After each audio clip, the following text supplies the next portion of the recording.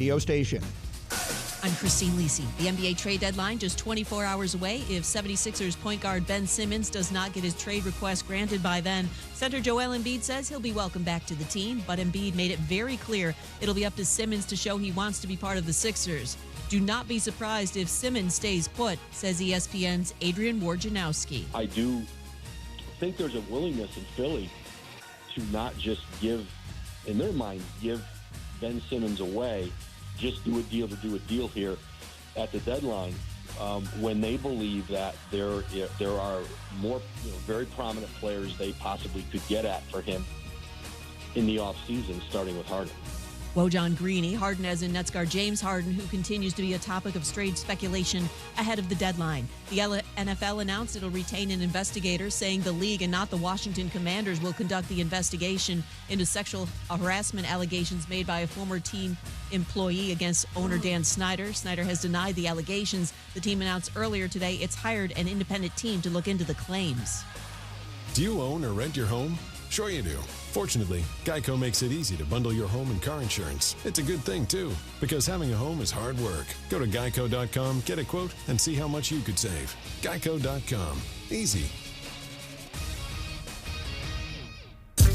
Now your chance to win $1,000. Just enter this nationwide keyword on our website. Fun.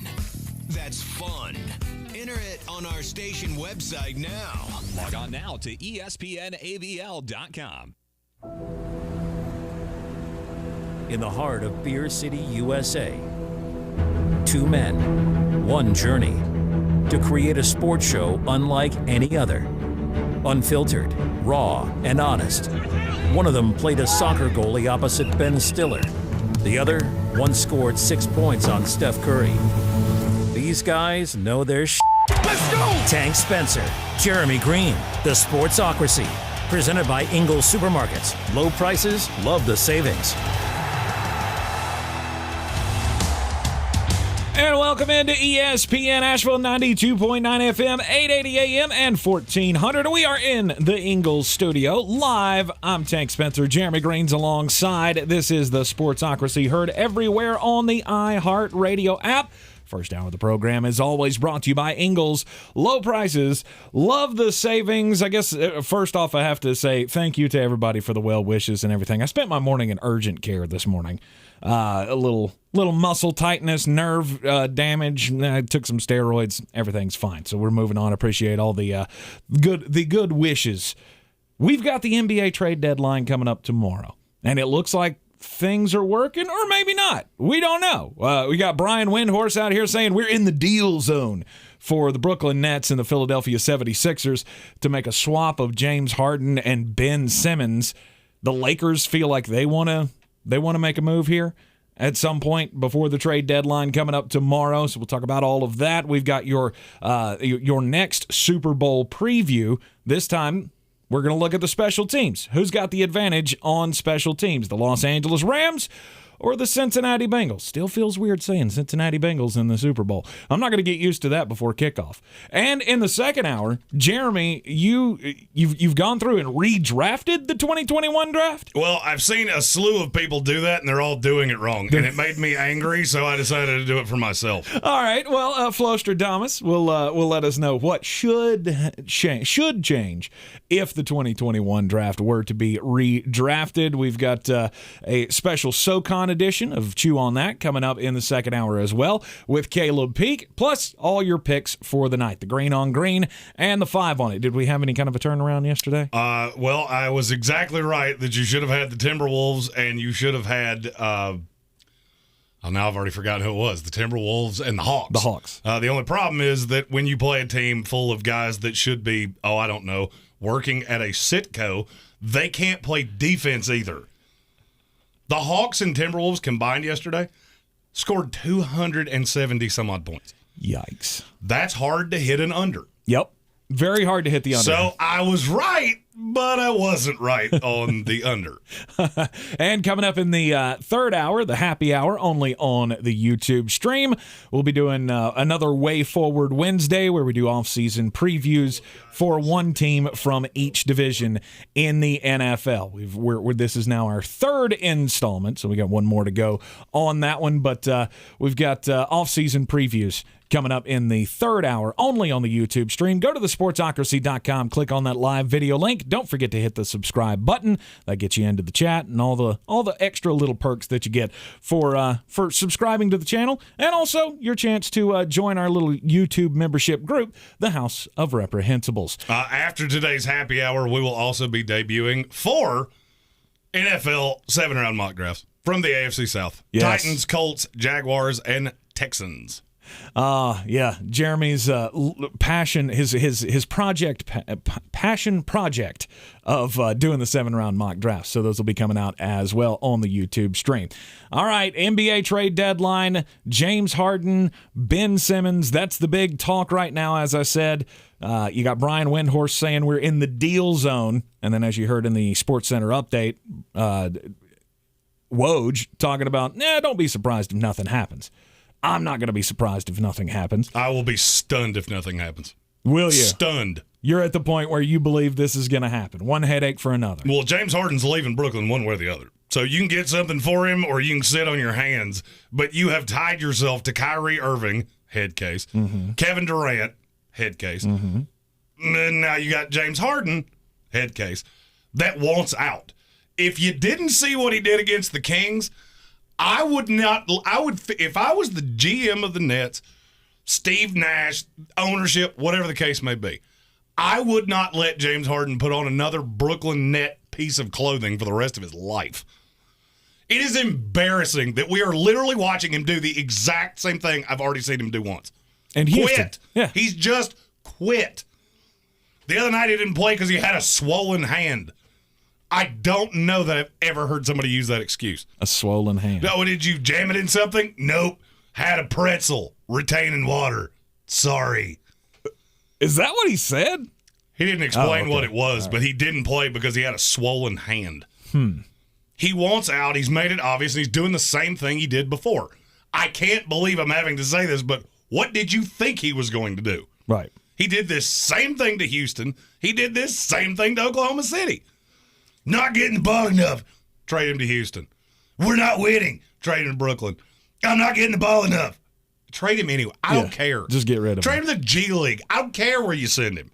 And if you're telling me I can get Ben Simmons, get him out of the disaster that is Philadelphia, I'm in. Yeah. And if I'm Philadelphia, I'm looking around the East going, who exactly is supposed to beat me? All right, if I've got James Harden and I've got Joel Embiid, Harden then becomes my 2. All of my aversions to him go away when he's the 2. I've seen him do that and be fine. It's when he's the guy, that's when things go sideways. You think with James Harden they can beat the Bucks? Because the Bucks are still the favorite. Well, I can tell you they don't have a snowball's chance in Atlanta of doing it the way they're currently constituted. Do I think they would do it with Harden? No. They have a better shot than they do right now. With your second best player playing Miss Pac-Man all day, or whatever it is Ben Simmons is doing at this point. There's no downside. Oh, we don't want to give him away. First of all, James Harden is better than Ben Simmons. Not by much, but he is. And he's available. He will play for you right now. Better than Ben Simmons, despite the fact that he doesn't play both ways all the time? There was a point where James Harden was fine defensively in Brooklyn when he was happy. He tries? The problem is he's a petulant child that's been given everything he's ever wanted. And so now anytime you don't do what he wants, he just pouts. Yeah, that's always been my problem with James Harden is he's a quitter. That boy's got a whole lot of quit in him. I mean, James Harden is one of the ultimate prima donnas of all time in the NFL or in the NBA. Well, the NBA, it's comical to me to watch teams just circle the drain trying to find a solution. Right. Well, we need a star. No, you need the right star. James Harden, never the right star. But you know what he's better than? Nothing. Which is what you're getting out of Ben Simmons right now. And that's the way it's going to. Joel Embiid can say this till he's blue in the face. If he decides to come back, well, welcome me back with open arms. No, you won't. No, you won't. No, he'll welcome. He said he'd welcome him back with open arms. The first time he came back and went 2 of 9 from the floor, Philadelphia media would crush him. Absolutely. And he knows that. Mm-hmm. He can go to Brooklyn, be the 3. All he has to do is dish out to Kyrie, dish out to Kevin Durant. It's the reason he's totally in favor of this deal. Reason James Harden's totally in favor of this deal because it gets him away from Kyrie Irving. We all know why Joel Embiid said what he did. He has to. He doesn't have to say anything. Well, he's been saying because it's nothing. very disingenuous. We would welcome him. No, you wouldn't.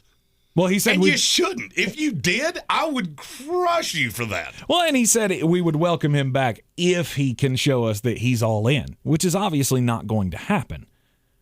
Ben Simmons, for whatever existential crisis he's been going through, he doesn't want to be in Philadelphia anymore.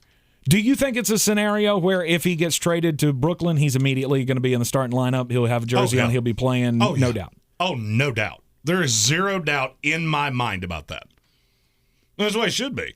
The funny thing to me is that you're watching the exact same narrative play out with James Harden and Russell Westbrook at the same time. Yeah. Did you hear his comments after last night? Russell Westbrook? Yeah. That he's earned a role to be in there late in games? Yeah, here's the thing. No, you haven't. Yeah. Because you're bad. And with this team, you're badder. Badder. I said this on Draft Night when they made this move. This is the number one reason you do not go to your star player and go, hey, who would you like? LeBron James, one of the 2 greatest basketball players of all time. Yep. Not debatable. Maybe the worst GM I've ever seen. Worse than Michael? Michael's team would make the playoffs right now. Well, this is LeBron's wouldn't. So that's very true. Would make the play-in game. They make the play-in. They would be the 9. They'd get to play a fun play-in game with the Clippers. Right. And still, Rob Pelinka out here saying LeBron's going to be a big part of the decision-making process moving forward on whatever we do with this team. I mean, I guess he's earned that. I guess he, as one of the 2 greatest players of all time, he's earned that. Has he, though? You know who never does that? Giannis. I never hear Giannis do that. Nikola Jokic. Never heard him do that. Jimmy Butler did it, but it was in Philadelphia, and it seems like everybody goes to Philadelphia and becomes a lunatic. Mm-hmm. Frankly, I want to see James Harden in Philadelphia just to see how much more of a nutcase he can be than he currently is. So how does this happen? Harden and Simmons, Brooklyn's saying they want more pieces back along with Simmons. I wish I was 3 inches taller and played for the Jazz. I'm not, I don't, and you'll get what you get. At this point, anything you get from James Harden is better than what you should get. Okay. Because I don't really think he's going to re-sign in Philadelphia. He might, just because the money. Nobody has money. His alternative would be, I could go to Portland. Well, in order for Philadelphia to be able to do that, they got to give up Tobias Harris, right? Not necessarily. Okay. They could still make the money work. They don't necessarily have to do anything. It could be Ben Simmons and some ancillary pieces. And that's what I would be offering. Yeah, and I'll call your bluff. You're not letting this guy back in your locker room, just not like we're not letting Ben Simmons back in. Right. Well, how are either one of you going to end up with an all-star for the guy you have? Oh, by trading him for each other. Mm-hmm. That's it. There is no other possibility. I agree with that. James Harden and Russell Westbrook are the 2 most overrated players in my lifetime in sports. Not in basketball, not playing right now, ever. I have never seen two players that get more credit for absolutely nothing than these 2. Oh, but Kyrie's the greatest ball handler. Okay, cool. He's blown up every team he's ever been on. Yep. Every single one of them. Did it with this one. Kevin Durant. I would love, if I could ask any athlete one question right now, it would be Kevin Durant. Kevin, you're the best player in the NBA. It's not really all that close. Why are you tying yourself to Kyrie Irving? I can't for the life of me figure that out. Oh, because you're buddies? Mm-hmm. So you got your ring with Steph, and now you just don't care. Okay, cool. Just want to make sure I understand, because that's the only way that makes any sense. Right. Well, they couldn't do anything with Kyrie if they wanted to. Is there another? Oh, yeah. Is there a team Somebody out would there still that'll take take it? Kyrie Irving. 100% they would. Okay. And then he would be able to play games at home. Right. This whole halftime or part-time player business, it's It's BS. It's dumb. Yeah. It's dumb. It's been dumb. Yeah. But, I mean, I guess if you look at it from their standpoint, at least we get to use him on the road games, which... This team is bad. I mean, I hate to break it to anybody. I know we've got a couple people that root for the Nets that watch this show. Mm-hmm. This team is terrible. They are hard to watch. I mean, watching them go 4-on-5 against the Kings the other night was brutal. And they've lost, what, 8 out of 9? 8 out of 9, yeah. Yeah.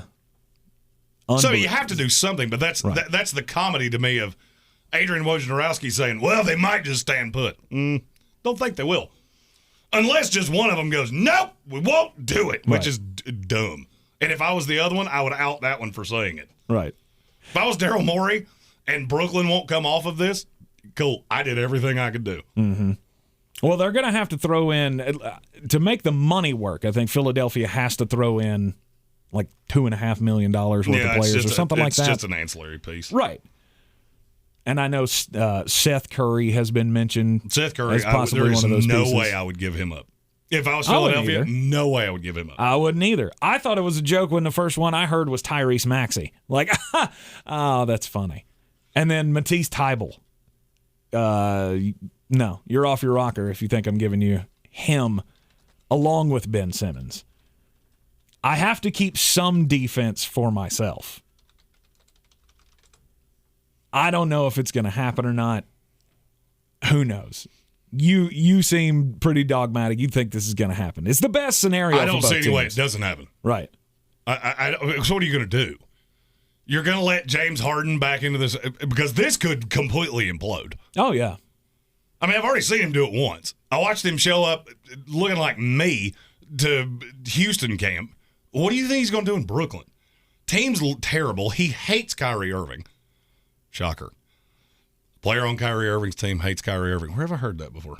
Like 8 times now. Like 8 times before. In the comments, Chad Knupp said James Harden 2018 to 2020 overrated. I think not. Let me ask you a question. How many playoff series did he win? Oh, okay. Oh, so he scored a lot of points. Phenomenal. You know what that in a dollar will get you? A Coke. Yep. He's never been on the only team he's ever had that got to a finals had Durant, Russell Westbrook, and him. Mm-hmm. And they were young. And he was Since they became entitled, the only thing any of the three of them have ever won was with Steph Curry.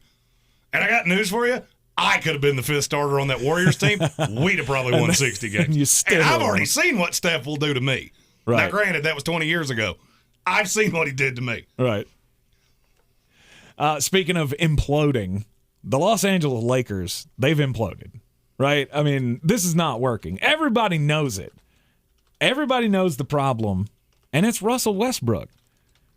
But what do?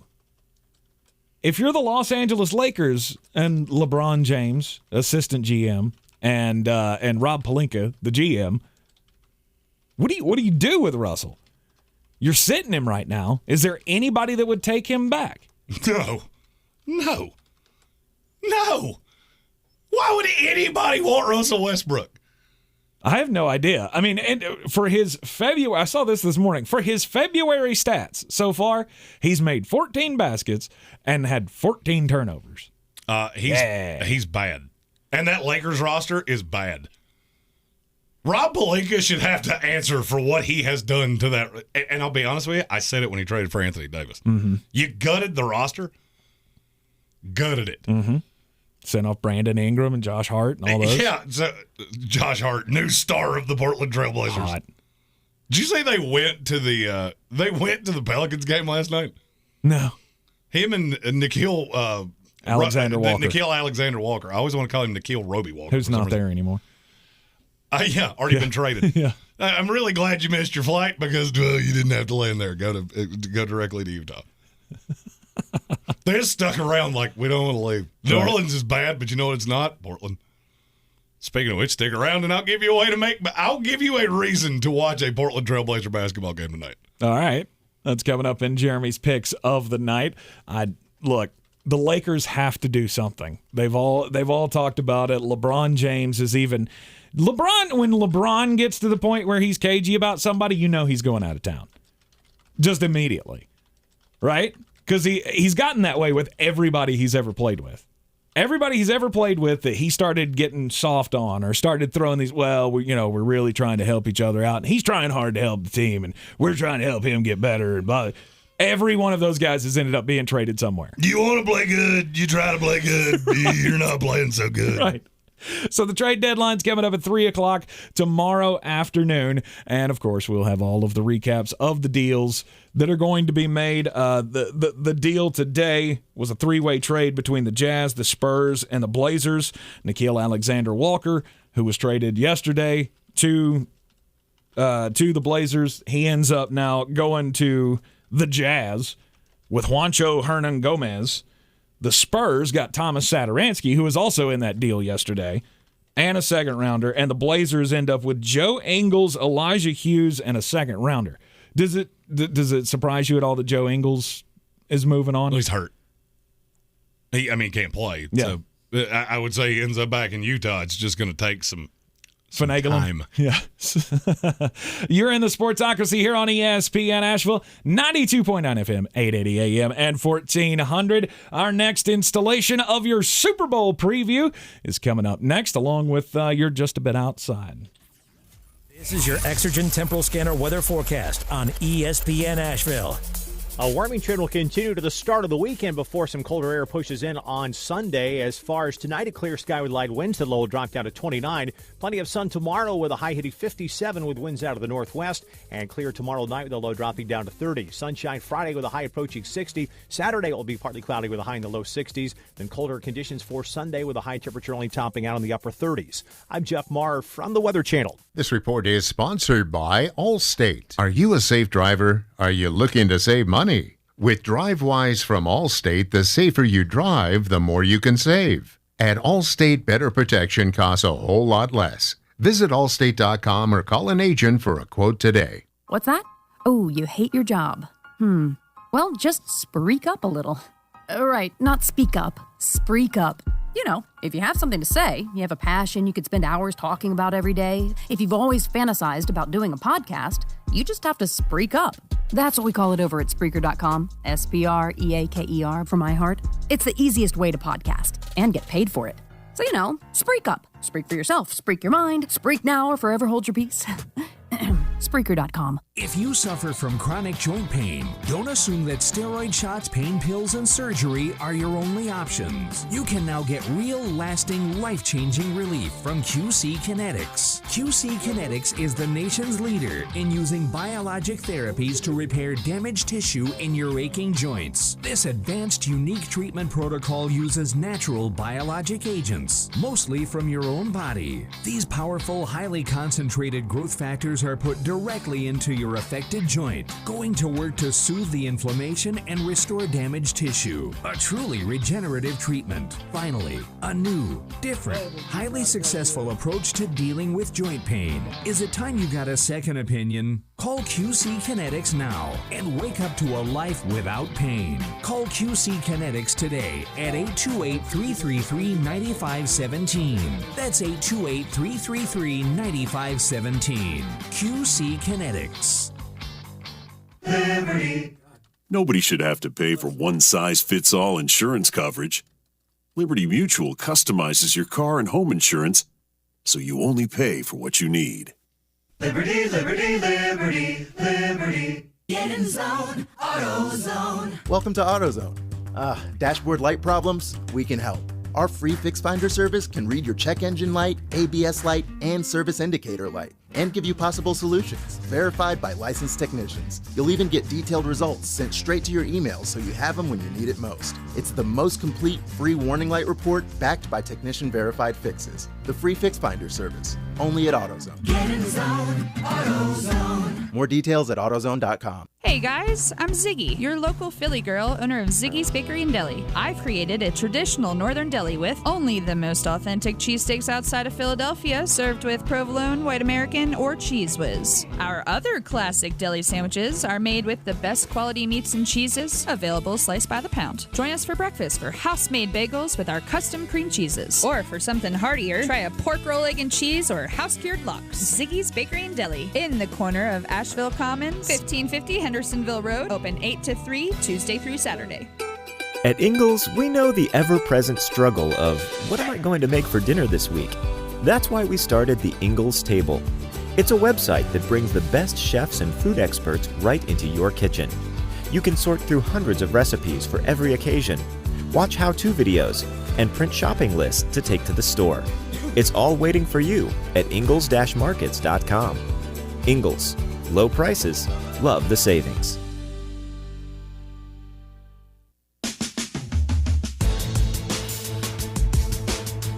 The Sportsocracy. We treat star athletes better because they're better people. That's not fair! Life isn't fair, kiddo. Get used to it. Welcome back into the Sportsocracy here on ESPN Asheville and at thesportsocracy.com. Super Bowl 56 is coming up this Sunday. And have we established our plans? We are going to the social, correct? Correct. That is correct. That is where we will be. If anybody else wants to join us, feel free to message me. You can hit me up on Twitter at @TheFlostradamus with no W. I was today years old when I realized my Twitter handle did not have a W in it. What? I went to search myself and realized I had misspelled my own Twitter handle. Oh. No Flostradamus. No W. Somebody else owns it. I just forgot. I got you. I remembered I offered the guy like $8 and he told me to... He told you to pound sand? Yeah, pretty much. No way. Dude has like 4 followers. Like, come on, bro. $8. Yeah, that was your limit? You weren't going more?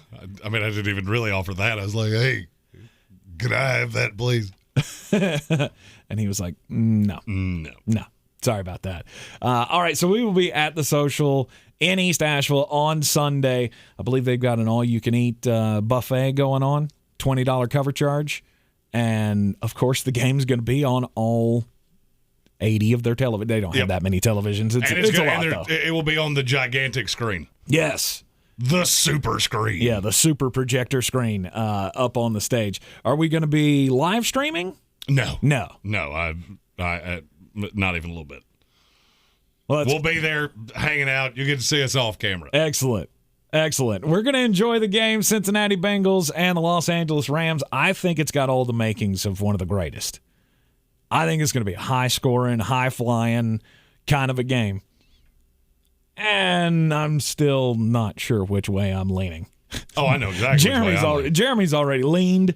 He's already made public his pick. Oh, no, I haven't made it public yet. Oh, no. No, I have something much more drastic for that. Okay. I feel like it'll be Friday. I feel like you've made it public because I didn't say I hadn't implied it. You've implied it very, very strongly. What? Chad Knupp said, "Hey, $8. That's a 15-pack of Keystone Light." There you go. You're not wrong. Keystone Light. I don't know that I've ever had one of those. Not missing much. Could do worse. I've seen me drink worse. Recently. Is it better or worse than Natty? Natty Ice. The only perk of Natty is that you can say I'm drinking a Natty Daddy, and it rhymes, and after about 9 of them, it becomes real funny. Right. Other than that, it's kind of interchangeable. We've already done two position matchups so far this week. We did the Bengals offense against the Rams defense yesterday. The lean on that, where was your lean? On which one? On the Bengals offense against the Rams defense. I would give the advantage to the Bengals slightly. Bengals slightly. I think I'm on the Rams slightly in that one. And then on Monday, we talked about the reverse of that, the Rams offense against the Bengals defense. And I want to say I'm leaning toward the Cincinnati Bengals having the edge in this one, despite the stars that they have on the LA side. And my lean on that would be if they can get home with 4, it's massive advantage Bengals. If not, and they have to send an extra blitzer, it's massive advantage Rams. Right. That's one of those games within the game that within 5 minutes you'll go, uh-oh. Or, oh. Coming up tomorrow, we're gonna break down the head coaches, correct? And then on Friday, I have a sweeping declaration about Zach Taylor that I am reasonably sure Bengals fans are not going to like, and shouldn't surprise you coming out of my mouth even a little bit. Well, no, I mean you've hated Zach Taylor since since day one. I think not a fan, not a big fan. But you're here. But so he has. He is. He is spat in my face the entire time. Exactly right. I think he's proven you wrong a little bit this year. You got to give him some credit for what Cincinnati has been able to do, especially on the offensive side of the ball. Doesn't hurt that they got generational players in the draft, but I have to give who credit? Zach Taylor. That's a weird way of saying Joe Burrow, but okay. And coming up after just a bit outside, we are going to talk about the special teams. Who's got the advantage in the kicking and return games for Super Bowl 56 coming up this Sunday in Los Angeles. Boy, you must be outside your mind. The Sportsocracy. Just a bit outside. He tried the corner and missed. All right, there are a lot of players, former NFL players, that are involved in this, and getting into the marijuana business, getting into, investing. Not Julio Jones. What's that? Roddy White. It's the other Atlanta receiver. Roddy White's a big investor in CBD and legal marijuana and stuff like that. He's not the only one. There are a whole bunch of them. We talked about the NFL paying money, like $1 billion or whatever it is, to research cannabinoids and stuff. But there are some that choose not to go down the legal path. And former, I believe he was a number 2 pick in the NFL draft, Greg Robinson, he's doing crimes. And you should not do crimes. Well, his crime was the highway robbery that he stole from the Rams for as many years as he did. Bingo. By the way, Greg Robinson was the first one where I went, hey, I'm not so bad at this. Because I watched what little I had seen of him, because I didn't do this for a living at the time. I went, but why are you taking him so high? You knew that wasn't going to work? No, I was not a big fan of that one. No, well, sure at 29 years old, Greg Robinson is in trouble with the law. There was a traffic stop down in Louisiana, and Greg Robinson was, well, he had some illegal drugs on him. And, that's not too out of the norm. We see players, former players, people struggling with addiction, things like that, getting in trouble all the time. However, that led to a search warrant at his apartment, and here is what they found. They found $120,810 worth of drugs that include... okay, before you say this, I want to know who added that up? Like, who did you have to call to add that up? Like, put it on a scale. 4,719 cents. Well, the cops do that. Just round it off. The estimated street value, $120,810 worth of drugs they found in his properties. So it was multiple properties. They found 3 pounds of crystal meth, 2.2 pounds of cocaine, nearly 40 pounds of marijuana, 4 grams of crack cocaine, 227 doses of hydrocodone, and 48 doses of oxycodone, and 18 doses of a generic form of Xanax. He has been, slapped with a whole mess of charges. This was at his house? It was a few properties, so it could have been like storage sheds or what, who knows. Who was he renting them to? Gary Busey and Charlie Sheen? No, obviously this leads to charges of intent to distribute. Crimes. When you have that much, there's pretty obvious that you're intending to distribute those. So yeah, he's in custody. 29 years old. Sad story about Greg Robinson. Jeez. Well, I'll give you a reason to be excited. Okay. At least one Tampa Bay Buccaneer is going to be at the Super Bowl. Really? Unfortunately, it's probably your least favorite one. Antonio Brown is starting his post-NFL career with a new role as the president of Kanye West's newly founded Donda Sports Organization. His first act as president, he bought the owner's suite at the Super Bowl. Did he really? For $2.2 million. Yep. Okay. Look, I'm not going to tell you how to run your business. If you want to go do that, okay. I would love to know, who were the other candidates where you went, Antonio Brown wins? It's Gary Busey, Charlie Sheen. Nope. I'd probably give it to him. But you know what? Kanye West could have said, I'm doing it. And I would have gone, I've heard you say some crazy things. You're still less crazy than Antonio Brown. Greg Robinson. By the way, anybody that throws that mental health thing at me again, he has said he is not out of his mind about 9 times. Mm-hmm. So he at least has the awareness of the things he does. Methinks he doth protest too much. I think there's got to be some screws loose in there. So this was a $2.2 million suite, 18-person, 6 VIP seats that were $195,000 a piece. Jeez. It's going to be a lot. It's a high-end way to watch the Super Bowl.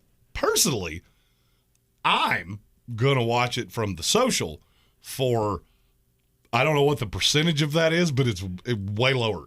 Right. Mine is 20 U.S. doll hairs. His was $2.2 million doll hairs. Wow. I like the value of and they feed me. I'm getting the value here. Oh, yeah. Oh, yeah. Because, good Lord, who knows what the food costs at the Super Bowl. Like, that's one of those things, if you've never been involved in it, if you've never booked a suite or anything, like, the prices for the food, they are astronomical. I mean, you think concessions cost a lot at these games? Wait till you see what the food in the suites cost. I would love, and look, I'm not a television producer. I have some ideas from time to time that tend to go okay. But if I worked at a network like E or one of those, my number one fall hit would be Antonio Brown and Kanye West, boardroom at Donda. You don't even have to produce anything. Just put a camera in the room and listen to them talk to each other. Right. It might be the best documentary series since The Office. And I'll even volunteer to be the little, just to pop up and go, they really think that. This is not for show. 100%. This is a real life conversation that they had. They should 100% do it like those old shows on VH1. Remember where they brought in all the celebrities? You had like Danny Bonaducci and Tanya Harding and just random people commenting on the ridiculous things that they saw. You should do that. It's about the only way I would watch a television show at this point. Other than streaming it. I mean, you stream a lot of shows. Yeah, I'll stream it for days. If I have to wait a week, I will have lost interest in that long ago. You just wait till the end of the season and watch them all together. I've been in the midst of HWA and I started a new show, and we didn't realize it was still running. So now we've gotten to the point of, well, now we have to wait on episodes. Oh. I don't even remember the characters' names. It's been 4 days. She asked me a question the other day, and I went, the one with the gray hair. I don't know his name. Is this that FBI show you were telling me about? Yes. Okay. Okay, I don't know what to do. Like, just put the whole series together and then put it out. 4 seasons, 50 seasons, I don't care. How did you ever survive before this? Well, because I wasn't nearly as busy back then, and frankly, I wasn't quite as stupid as I am now. So, I don't remember things well. Yeah. Alcohol does kill brain cells. That's what I hear. Unless it's draft prospects, and then I can tell you what their pet parakeet's name is. Very true. Speaking of that, 4 of our latest mock drafts go live at 6 o'clock after the happy hour. Today, AFC South, Jacksonville Jaguars, Houston Texans, Indianapolis Colts, and Tennessee Titans. If you are not yet subscribed to the YouTube channel, you can do that right now. Just go to thesportsocracy.com, click on the live video link. That'll take you to the YouTube stream, and just click that little subscribe button. It's all it takes. Super Bowl 56 coming up this Sunday in SoFi Stadium. I know we're all looking forward to the halftime show. That's really all I care about. I care about 2 things. I care that the Bengals win and that I have a very comfortable seat to watch the halftime show. And if you join us at the social, there is only about a 14-minute period here. I'm not going to be super social. There's no talking. No. You can talk all you want to. No, just preferably be at least 10 to 15 feet away from me. I think we should get the management down with we make an announcement right before the halftime show starts. No talking. Everybody show your respect to the legends of hip-hop. Or maybe we just make a viewing room in the back. Like there's a dart room back there. Maybe the people like me that are really invested in the halftime show, we go watch it back there. Yeah, that could work. You talk about whatever you want to. Well, we want it on the big speakers. It's got to be on the big speakers. Yeah, I mean, that would help, but I don't really care. Yeah. Anyway, so let's talk about the special teams. Special teams units from each team. I mean, both these teams have really good kickers. I mean, Evan McPherson he's a rising kicking star. Is that 12 is that for thing? 12 in the playoffs? Oh, he's got the chance to break the all-time record of the most field goals kicked in a postseason over Adam Vinatieri. All he needs is 3 more to break that record.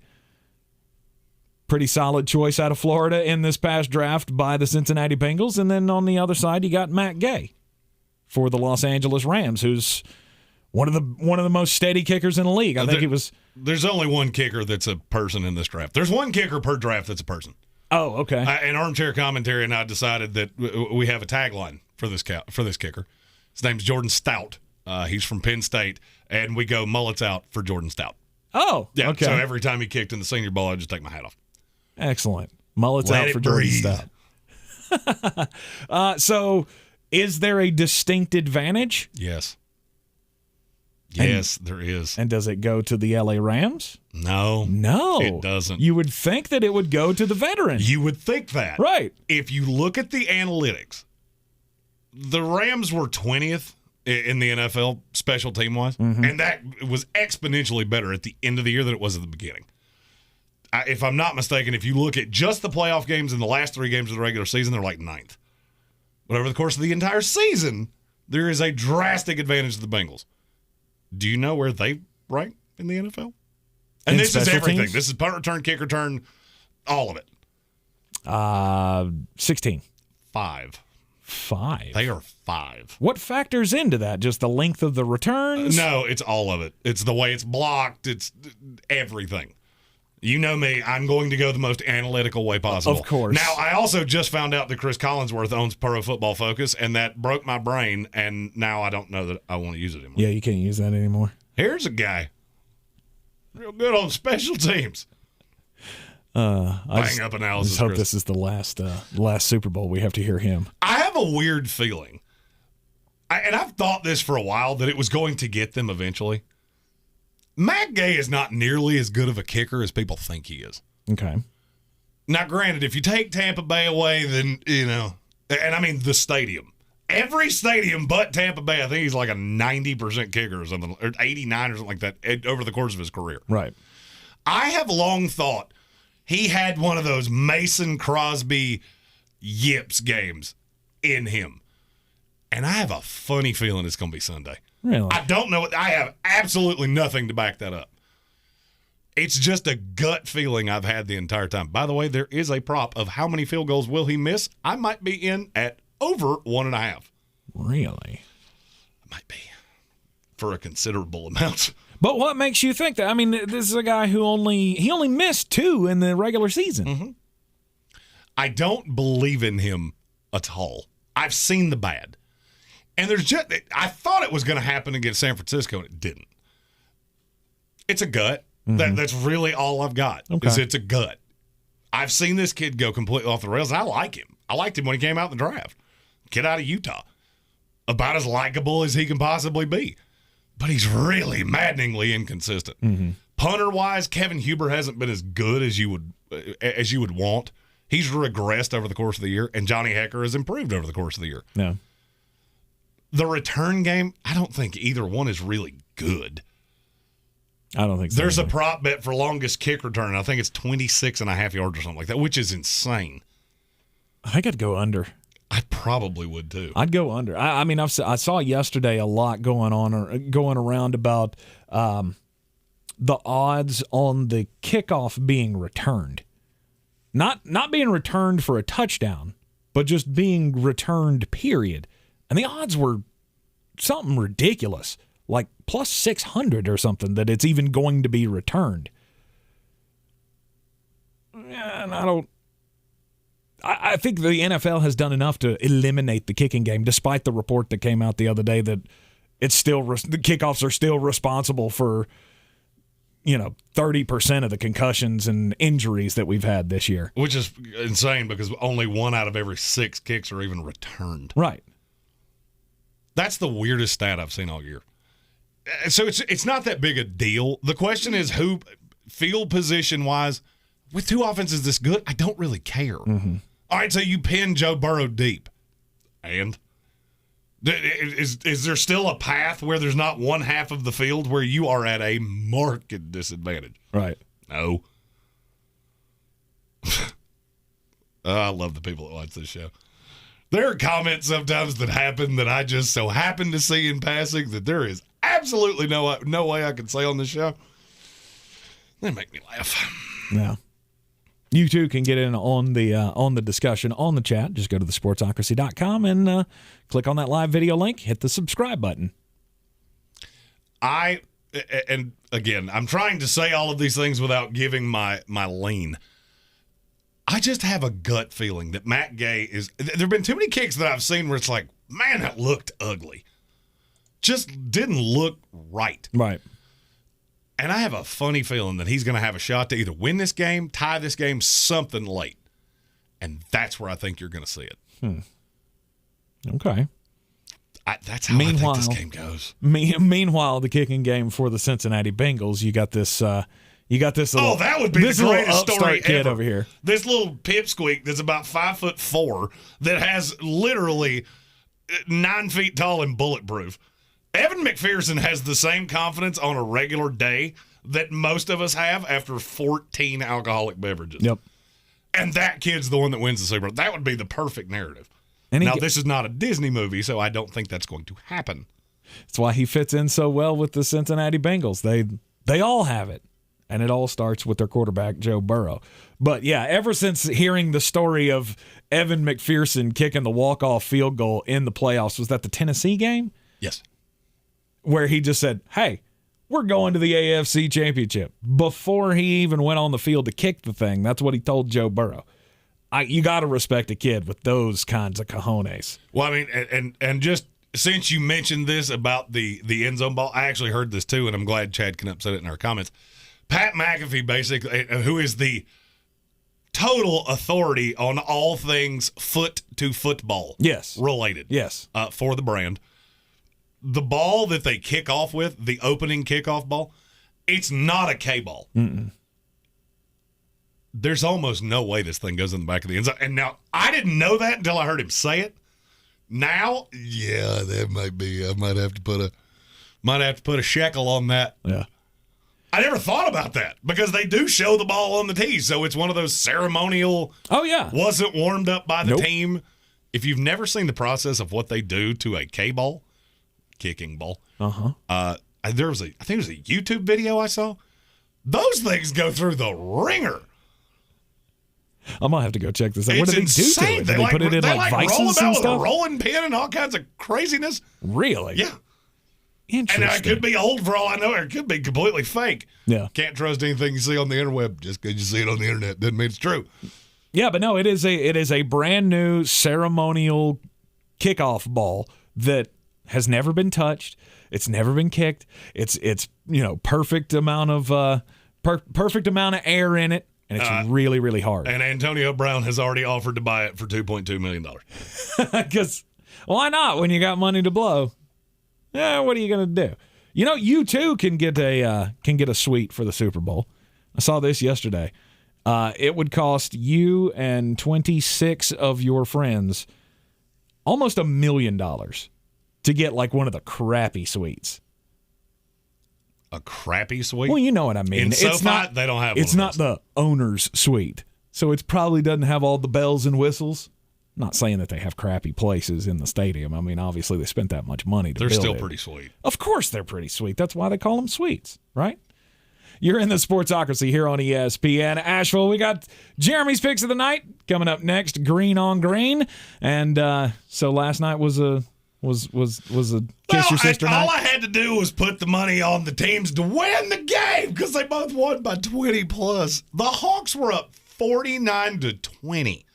With 10 minutes to go in the second quarter. And I'm looking at that going, well, that's house money. Right. Stop scoring!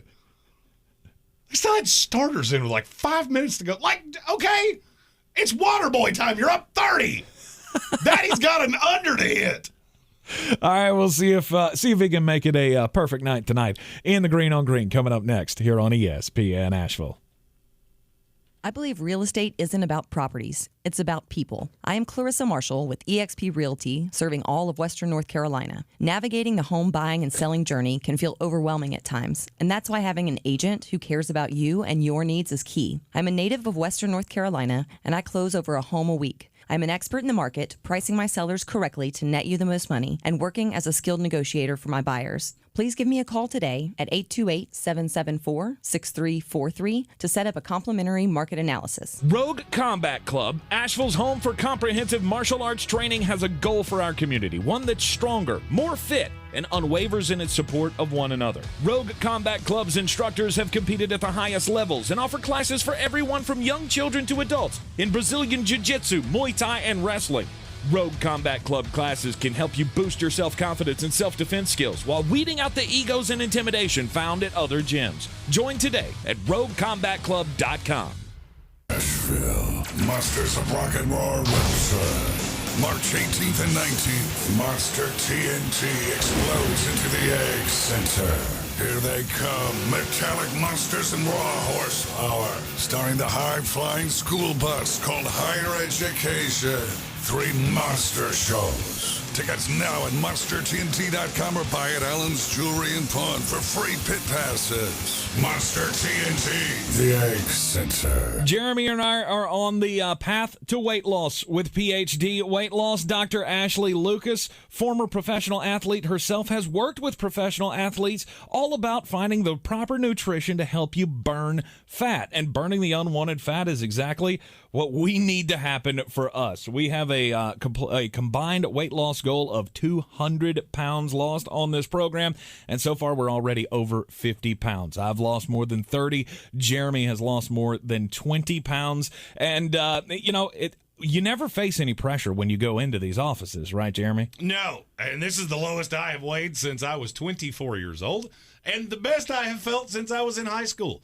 Nutritious, convenient food, and I'm burning weight falling off of me. And they are all about keeping you on the path and keeping you energized to lose the weight. All you got to do is just go to myphdweightloss.com, myphdweightloss.com today, and set up your consultation. This is your Wendy's wake-up call. Start your day with a better breakfast and get a free drink with any of our morning-making breakfast sandwiches. That's your favorite drink in a Wendy's cup, free. Fresh brewed coffee, free. Diet Coke, free. Vanilla Frosty-Chino? That's cold brew plus Frosty Creamer plus free. So don't sleep on this deal. Get any size drink in a Wendy's cup free when you buy any breakfast sandwich. Choose wisely. Choose Wendy's. Limited time only at participating Wendy's. A la carte only. Offer valid upon request on lowest priced qualifying item. Not valid for third-party delivery. So, I just picked out the perfect ring. And that night, my girlfriend started seeing ads for wedding dresses. I haven't even popped the question yet. Why is she seeing ads for things based on what I'm looking at online? I downloaded the DuckDuckGo app, and I stopped getting creepy ads right away. DuckDuckGo is the easy button for privacy. With one simple download, you can search, browse, and email privately. Take back your privacy online for free with DuckDuckGo. Privacy simplified. Welcome to Allstate, where we bring it all together. And bundling your home and auto is good, right? And it saves you up to 25%. It all comes together. Allstate. Here, better protection costs a whole lot less. You're in good hands with Allstate. Click, call, or visit allstate.com to save today. Bundled savings discounts will vary by state. Saving up to 25% is a countrywide average of savings off the home policy. Combining the multiple policy discount for having auto insurance with Allstate and the welcome discount savings at enrollment. Coffee's the closer's home. Get them the money. Then when you get the money, you get the power. That watch costs more than your car. Then when you get the power, then you get the woman. Well, last night was the best of intentions, and I was right. The two depleted, trade-gutted teams were awful. Unfortunately, the teams that were playing kept scoring, and we didn't go over.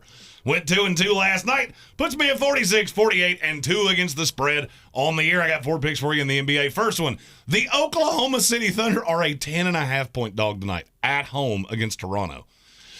This team covers the spread really, really well, and Toronto doesn't. No real difference between home and road. I understand why the number's so high. It's just too big. Even without Shai Gilgeous-Alexander, the Thunder have enough players to keep this competitive. I could see this being a backdoor cover where they're down 16 with 6 minutes to go, wind up losing by 9. Give me the Thunder plus 10.5. The Golden State Warriors are a 2-point dog tonight at Utah. No Rudy Gobert equals Utah is poopy. They are terrible defensively without him. And you're telling me I catch 2 points just because we're on the road with Steph Curry? Yeah, sign me up for that. Give me the Warriors plus 2. Finally, the LA Lakers are a 10-point favorite tonight at Portland. Over-under is 223.5. The important thing is to learn from your boo-boos. Portland is worse than either of the two teams I did this against last night. They're going to get slaughtered. Fan base is angry that you traded C.J. McCollum. This number hasn't gone up enough. Give me the Lakers minus the 10. Over 223.5. Go and do likewise, gents. The money's out there. You pick it up, it's yours. You don't, I got no sympathy for you. And as always, you can take those wagers over to betus.com. BetUS.com. Use the promo code Sportsocracy and get a 125% deposit bonus on top of whatever you put in there, up to $2,500. If you put in $100, they will give you $125 in free play credits that you can use on all the Green on Green picks, or you can wager against me and keep hoping I do stupid things like taking the under against two teams that couldn't defend 5 desk lamps. BetUS.com. Use the promo code Sportsocracy. I did have to go to the doctor this morning, so I missed my weekly weigh-in. I'm going to do that this weekend. So, Jeremy, you and I will be back on the same schedule, at least for a week. When we go into weigh-in at PhD weight loss, it's no pressure. It's not like they're harping on you, about how you did this week. It's all about how you're going to do down the road. And one of those things, as a fat guy who has gone through a lot of, trying to lose the weight, getting down on yourself is not the way to go about this. And having support like they give you at PhD weight loss, it just can't be compared. I had a bit of a bumpy week last week between different things that we did on the show, but they gave me all the things I needed to get back on track this week. Doing much better. Can't wait till Saturday when I find out exactly how much I have lost this week. In just over 2.5 months, Jeremy and I combined have lost 50 pounds on this program. We have a combined weight loss goal of 200 pounds by the time we are done, by the time we reach our goal. And because of Dr. Ashley Lucas and her great staff over at PhD Weight Loss, we both believe that we can do it, and we believe that you can do it as well. If you need to make a change, go to myphdweightloss.com. That's myphdweightloss.com. The 2021 NFL Draft was, it was fun. Some teams did really well, but now we're looking back going, who made a mistake? Or what players did they miss on? Jeremy has sat down. He's done the redraft of the 2021 draft. So we'll talk about that and what changed and just opine about what could be different for each of these teams. We'll go 32-1. You'll realize very quickly how many good players came out of this draft. Absolutely. We got more coming on the way after the Sports Center update right here on ESPN Asheville. This is the Sportsocracy, heard everywhere on the iHeartRadio app, seen everywhere at thesportsocracy.com. This is your Exergen Temporal Scanner weather forecast on ESPN Asheville. A warming trend will continue to the start of the weekend before some colder air pushes in on Sunday. As far as tonight, a clear sky with light winds. The low will drop down to 29. Plenty of sun tomorrow with a high hitting 57 with winds out of the northwest. And clear tomorrow night with a low dropping down to 30. Sunshine Friday with a high approaching 60. Saturday will be partly cloudy with a high in the low 60s. Then colder conditions for Sunday with a high temperature only topping out in the upper 30s. I'm Jeff Maher from the Weather Channel. This report is sponsored by Dairy Queen. DQ fans, Valentine's Day needs no reservations. Just a DQ Cupid cake. It's got a layer of red velvet cake blizzard, cake pieces, and cream cheese icing. And it's the perfect size for 2. So head to DQ and make the DQ Cupid cake the centerpiece of your celebration. Only at your DQ. Happy tastes good. Did you know select Ingalls Markets now offer curbside service? Shopping has never been easier with all the quality and service you expect from Ingalls. Visit Ingalls-Markets.com to find a store near you and start shopping. So, I just picked out the perfect ring. And that night, my girlfriend started seeing ads for wedding dresses. I haven't even popped the question yet. Why is she seeing ads for things based on what I'm looking at online? I downloaded the DuckDuckGo app, and I stopped getting creepy ads right away. DuckDuckGo is the easy button for privacy. With one simple download, you can search, browse, and email privately. Take back your privacy online for free with DuckDuckGo. Privacy simplified. Ah, love is in the air on the free iHeartRadio app. Set the mood for your Valentine with Love Songs Radio, playing the most romantic songs of all time, from today's hits to the all-time classics. Feeling nostalgic? Go to ValentineMachine.com. Enter an anniversary date and get a playlist of the most popular love songs from that year. All you need is love and the free iHeartRadio app. Discover music, radio, and podcasts you'll love. From the Ingalls Studios, this is ESPN Asheville, WPEK, W225CJ Fairview, WMXF Waynesville, and iHeart radio station. St. Lucie breaking news. The Canadiens at the bottom of the NHL at 8:30 and 7 have fired coach Dominic Ducharme. The Lakers feeling a sense of urgency to make changes, according to ESPN's Dave McMenamin, as tomorrow's NBA trade deadline looms. Lakers believe their roster's not working. Something needs to be done to get the team back on course. LA's dropped 10 of 15, including last night's loss to the Bucks, a game in which Russell Westbrook was benched late for the second straight game. Coach Frank Vogel, not the only one who has issues with Russ, says ESPN's Kendrick Perkins.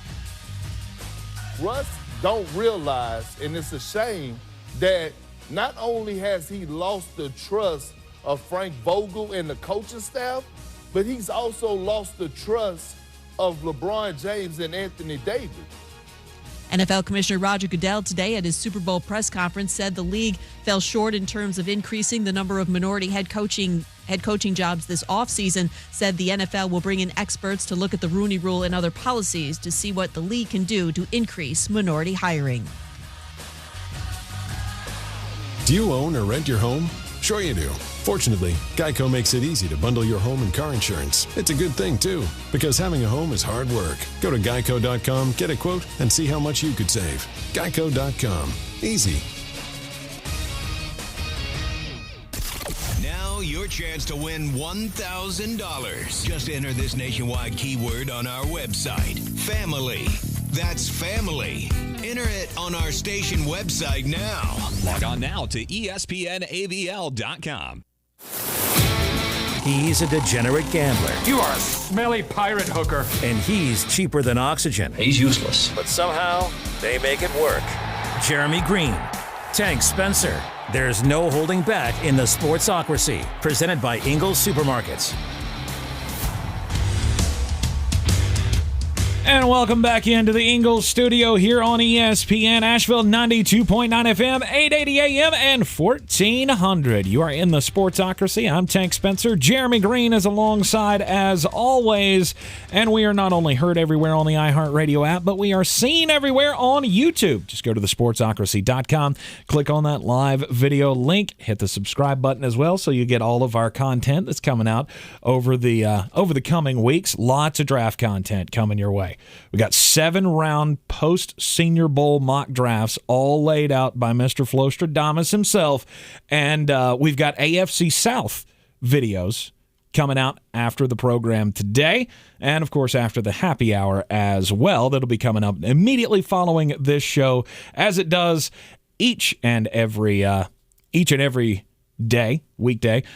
Way Forward Wednesday is what we do on Wednesdays, and this is the off-season previews for each team in the NFL. This week, we've got another set of 8, one from each division, so hang around with us on the YouTube channel for that. Right now, though, Jeremy, you sat down and did a redraft of the 2021 draft. So after 1 year, normally you don't do this, right? Oh, no, I do. You do? I do this every year. Do it after 1 year, after 3 years, after 5 years. Okay. I thought you were mostly just focused on the after a few years, because it's hard to tell with some guys after a year whether or not they deserve that pick or not. Really? Not really. Who are you questioning? Name me one player that went in the first round that you're going, I have no idea what he is. There are a couple answers to that. I'd say possibly like J.C. Horn, who got hurt. J.C. Horn, before he got hurt, good. Yeah. Be fine. He will be featured in these 32 selections. Mm-hmm. There's just not many guys that catch you by surprise. Now, there are some that don't play, and they get pushed out, and then they reappear down the line. There's not many guys that go in the first round that you start to really question. Mm-hmm. Jamin Davis was one for you. Bad. Yeah, he will not be featured. If I had done a 7-round redraft, he might have appeared at the tail end of it. All right. I was so right about that kid. I do this every year where there's a guy that I just waffle on because everybody tells me I'm wrong. Mm-hmm. And I was so right. I had him in the 5th round, and that's exactly where he belonged. I've seen a few writers go through and do their redrafts, but as somebody said in the comments earlier at the sportsocracy.com on the YouTube video, when it comes to drafting, all you got to do, your one source, it's Flostradamus. That was from Armchair Commentary. Yeah. He watched the Patriots. So I did a redraft for the Patriots, and they had probably my 3rd favorite class of every team. Mm-hmm. And his comment was, if you ever need somebody to prove that you don't go homer on these things, it's this. Because I watched you through gritted teeth say every one of these names going, I could see every bit of this happening. Yep. It would make me so sad. But Mr. Objective, he has redrafted the 2021 NFL Draft. So you want to start at the bottom and go to the top? Yeah, we'll go 32-1. Okay. So at number 32, your Tampa Bay Buccaneers. Oh, I love this. Javonte Williams. Yeah. Here's the thing. You need a running back because now your quarterback is me. Yep. So this was a little bit – the thing about Tampa is that you would have had to have seen this coming. The Joe Tryon Shoyinka, I just didn't see enough of him. He could end up being fine. He did the exact same thing in the NFL that he did on the tape. There would be a great show-out flashy play. And then you could have told me he was abducted by aliens, and I would believe you because I didn't see him again. But as a part-time edge rusher, he wasn't bad this year. Had like 10 quarterback hits, 4 or 5 sacks, something like that. He wasn't bad. But being a Tar Heel fan, I'm very excited if you say we could go back in time and we could get Javonte Williams, who to me proved like he's going to be a workhorse star running back in this league. He was my number 2 running back last year, and all he did all season long was prove why. So the Bucs go running back Javonte Williams with the 32nd pick. 31st pick, you got the Ravens taking edge rusher Azeez Ojulari. And this could have stayed. They took Odafe Owa here in the actual first round. It could have stayed the same. Yes. I just saw more of Ojulari than I did of Owa. It was picking nits. If I had done a second round, Owa would have gone in the first 2 or 3 picks. Right. So very, very close, but I did see more of Ojulari, and he would have fit nicely in that scheme. Mm-hmm. Is this more because of injury issues? No, I saw more as a pass rusher from Ojulari. Okay. He was very, very good, which didn't surprise me in the least. It somewhat surprised me because of how bad the rest of the pass rushers for the Giants were. Mm-hmm. That tells me that he has the future that we thought he did, and he should have gone in the first round. Definitely. So at number 30, this is where the Buffalo Bills come in, and you got them taking edge rusher Kwity Paye, who originally went to Indianapolis in the first round. Which was not a bad pick. That's the fun of these redrafts. Now, when we get to the top side, you'll see where I think people are dumb. Greg Rousseau just went higher than this. I saw more from Rousseau. I was a big believer in Rousseau going into the process, and I like him better. Now, Kwity Paye had a fine year, some injury problems. Didn't have necessarily the burst that I saw from Rousseau, but I mean, I don't think Buffalo would be objecting if that's how it had wound up. No, I don't either. The Green Bay Packers. Hey, they could have used a great weapon at number 29. I'm literally going to put a weapon with Green Bay every year until Aaron Rodgers either retires or they actually do it. Right. So they took Eric Stokes, not their pick here. Which Eric Stokes was fine. But do you think that Aaron Rodgers could benefit from another guy to throw to, especially in hindsight, looking at the injury that happened to his all-pro tight end? I think it would have been nice if he had had Pat Freiermuth to throw to in that 4-degree game that they lost in the playoffs. Right. Freiermuth was, in large part, what we thought he was. He fits very, very well in Pittsburgh, but if Green Bay had it to do all over again, I think that's what they would have done. Yeah. Robert Tonyan, he didn't have the greatest of years. Yeah, change the O to a U. If you're going to be Tonyan, then be Tonyan. At number 28, the New Orleans Saints, you got them taking, your little boyfriend, Rashad Bateman. There are a ton of receivers in this draft. I didn't actually realize how many it was until I went to do this. Mm-hmm. Rashad Bateman is passed over. The Ravens took him at 27. They took another receiver at 27. New Orleans would probably do anything to go back and not have taken Peyton Turner. Right. Can we have a receiver? By the end of the year, I think they were pulling people out of the crowd. Like, hey, can you catch? The Baltimore Ravens at number 27. They take Elijah Moore, who your Jets drafted in the second round. I had him higher, and then I realized that I forgot a receiver. He was the only one that made me redo this because originally I had him going to the Raiders, and I realized there was another receiver that I had forgotten. He falls here. Very electric. Again, very much what we thought he was. Mm-hmm. Tremendous playmaker, just injury issues. He's a slight little guy. But I guarantee you Lamar Jackson would be very happy with – he's happy with Rashad Bateman. He would probably be ecstatic with Elijah Moore. No doubt. And once he gets a groove down going with Zach Wilson, which we saw some at the end of the year, I think everything's going to be fine for your Jets with Elijah Moore. But in the redraft of the 2021 draft, he goes number 27 overall to the Baltimore Ravens. At number 26, you got the Cleveland Browns here, and this is where J.C. Horn comes off. If he hadn't gotten hurt, he would have gone higher. But there were a couple corners that went in this draft that were just so good. And this is without Nate Hobbs. Nate Hobbs would have been a beginning of the second-round pick. Mm-hmm. He just had so far to go. And I don't know that he can be better than he was this year. But J.C. Horn was really good in Carolina before the injury. Cleveland took Greg Newsome in the actual draft. I don't think they would be overly upset about this, but I did really like Greg Newsome this year. Yeah, I would agree with that.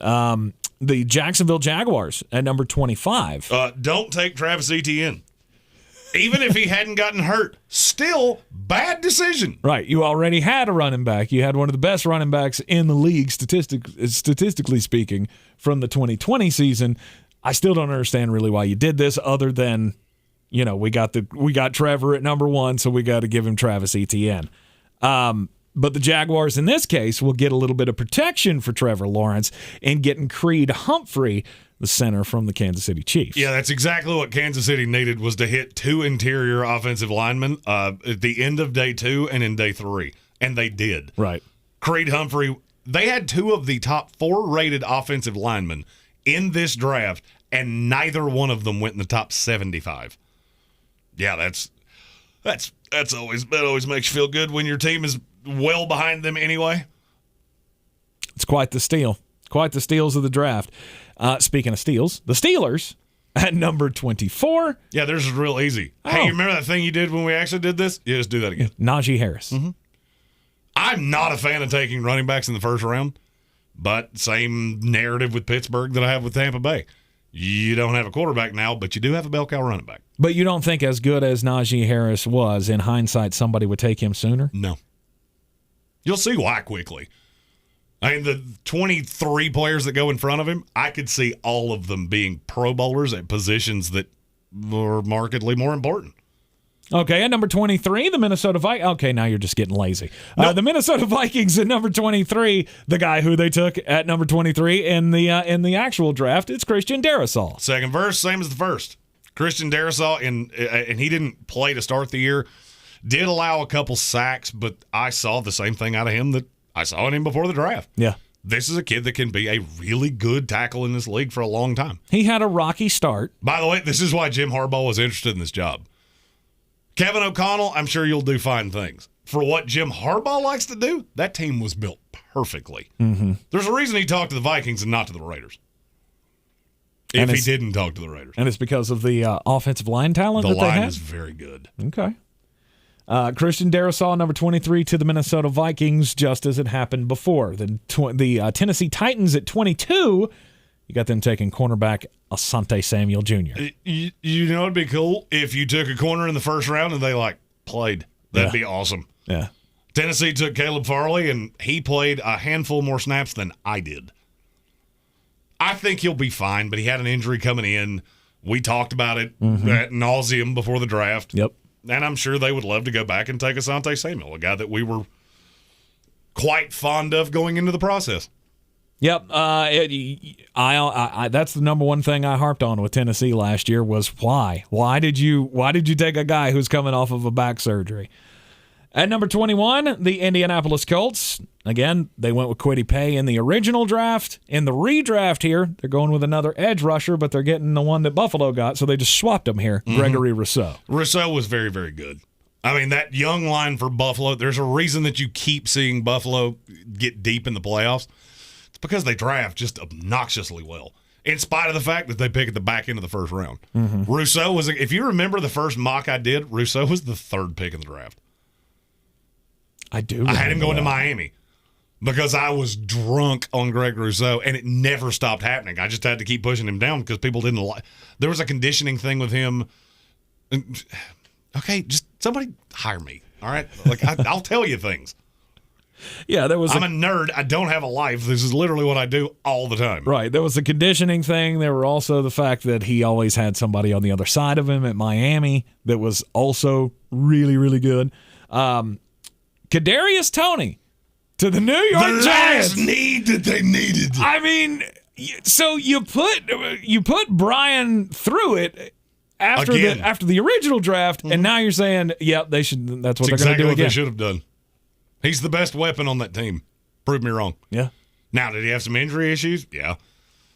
Had some camp issues too. I still don't know what they were, but didn't really make his presence known until later in the year. Right. But with the ball in his hands, he is incredibly tough to bring down. I don't think the Giants would do anything different. Okay. At number 19, the Washington Commanders. They took a linebacker. Yeah, he wasn't the right took the wrong linebacker. one. And I love this because this is the guy I kept saying on draft and during our draft coverage is, why is this guy not getting drafted? And he only showed this year that you should have drafted him higher. It's Jeremiah Owusu-Koramoah. Somebody just pointed at something out to me. I'll have to resolve. I have 2 J.C. Horns. Oh, do you? Yeah, I don't know how I did that. I don't either. Must have been looking at the wrong thing and put the wrong name in. I'll have to figure out who was supposed to go where. Hot. Yeah, Jeremiah Owusu-Koramoah had a heart issue before the draft that pushed him down. That's the only reason. He was everything you thought he would be and more. And I guarantee you, if Washington had it to do over again, that's exactly who they would have taken. I don't think there's any doubt about that. At number 18, you got the Miami Dolphins, and they get an edge rusher, Jalen Phillips. Same one they took. Yeah. He had 8.5 sacks, and 6 of them were in 3 weeks. Mm-hmm. So there was a very nice part of the season where he went ballistic. For the rest of the year, I mean, he was fine. Just wasn't as good as you would like it to have been. Now, see, this next pick at number 17 with the Las Vegas Raiders, I feel like my Raiders derision would have been way less had they actually made this pick in the draft rather than reaching on Alex Leatherwood. Oh, you mean the guy that I said repeatedly was going to be the steal of the draft? Yep. Amon-Ra St. Brown. Yep. I cannot for the life of me figure out how people didn't figure it out with him. I don't either. I liked him a lot in the draft process. I saw everything out of him this year that I thought he could be, and that was with Jared Goff as his quarterback. Could you imagine how good he'd be if he actually had a quarterback that we believed in? At least many of us believe in Derek Carr. Amon-Ra St. Brown at number 17 to the Las Vegas Raiders. It definitely would have helped in hindsight with everything that they went through this past year. At number 16, it's the Arizona Cardinals. And we'll tell you who they picked in the 2021 redraft by Flostradamus. Jeremy Greene coming up next right here on ESPN Asheville. This is your Exergen Temporal Scanner weather forecast on ESPN Asheville. A warming trend will continue to the start of the weekend before some colder air pushes in on Sunday. As far as tonight, a clear sky with light winds. The low will drop down to 29. Plenty of sun tomorrow with a high hitting 57 with winds out of the northwest. And clear tomorrow night with the low dropping down to 30. Sunshine Friday with a high approaching 60. Saturday it will be partly cloudy with a high in the low 60s. Then colder conditions for Sunday with a high temperature only topping out in the upper 30s. I'm Jeff Maher from the Weather Channel. This is your time saver traffic on the new ESPN Asheville. Traffic slowing 240 westbound between Charlotte Street and Montford Avenue. 26 eastbound stop and go after Hendersonville Road to just after Chimney Rock Road. In Buncombe County, west of Candler, 40 eastbound near mile marker 37 near Wiggins Road. An accident does have the shoulder closed. Checking Meadow Road near the French Broad River Park. Seeing some heavy delays in this area. Hendersonville Road moving well. Sweeten Creek Road, no incidents. I'm Lyndon Field with your Time Saver Traffic. This report is sponsored by Audible. Make this the winter of you with Audible. Listen to the best of what you love, from comedy to wellness to the latest bestsellers. Find it all at Audible, with audiobooks, exclusive originals, and popular podcasts. Start listening free when you sign up at audible.com. Nashville, Monsters of Rock and Roll website. March 18th and 19th, Monster TNT explodes into the Egg Center. Here they come, metallic monsters and raw horsepower, starring the high-flying school bus called Higher Education. 3 monster shows. Tickets now at MonsterTNT.com or buy at Allen's Jewelry and Pawn for free pit passes. Monster TNT, the Egg Center. Unjunk your sleep during Mattress Firm's President's Day sale. Right now, get a king for a queen or a queen for a twin and save up to $500 on top-selling brands like Serta, Sealy, Sleepy's, and Beauty Rest. Plus, get a free adjustable base with qualifying Sealy purchase up to a $4.99 value.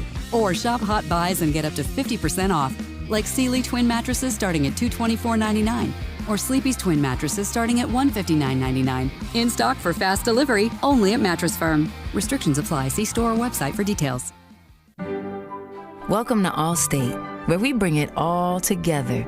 And bundling your home and auto is good, right? And it saves you up to 25%. It all comes together. Allstate. Here, better protection costs a whole lot less. You're in good hands with Allstate. Click, call, or visit allstate.com to save today. Bundled savings discounts will vary by state. Saving up to 25% is a countrywide average of savings off the home policy. Combining the multiple policy discount for having auto insurance with Allstate and the welcome discount savings at enrollment. Got a party of 10 coming in, and we need to flip those 2 tables. Leah's restaurant is fully booked night after night. Section 3 is still behind. She no longer has reservations about finally finding a hostess. Why doesn't 23 have menus? Oh, because they're in my hand. Indeed can help her hire great people fast. I need Indeed. Indeed you do. Instant Match instantly connects you with quality candidates whose resumes on Indeed match your sponsored job description. Visit Indeed.com/credit and get $75 towards your first sponsored job. Terms and conditions apply. Did you know select Ingalls Markets now offer curbside service? Shopping has never been easier with all the quality and service you expect from Ingalls. Visit Ingalls-Markets.com to find a store near you and start shopping. Real estate isn't about properties, it's about people. I'm Clarissa Marshall with eXp Realty, your native realtor serving all of Western North Carolina. I will work hard for you, and I believe in doing the right thing every time. I market each of my listings to reach out-of-town buyers. I use a professional photographer and drone video on every single listing, as well as collaborate with agents across the country to find your buyer. Check me out online at clarissasellswnc.com or give me a call at 828-774-6343. It would be my pleasure to assist you through the real estate process.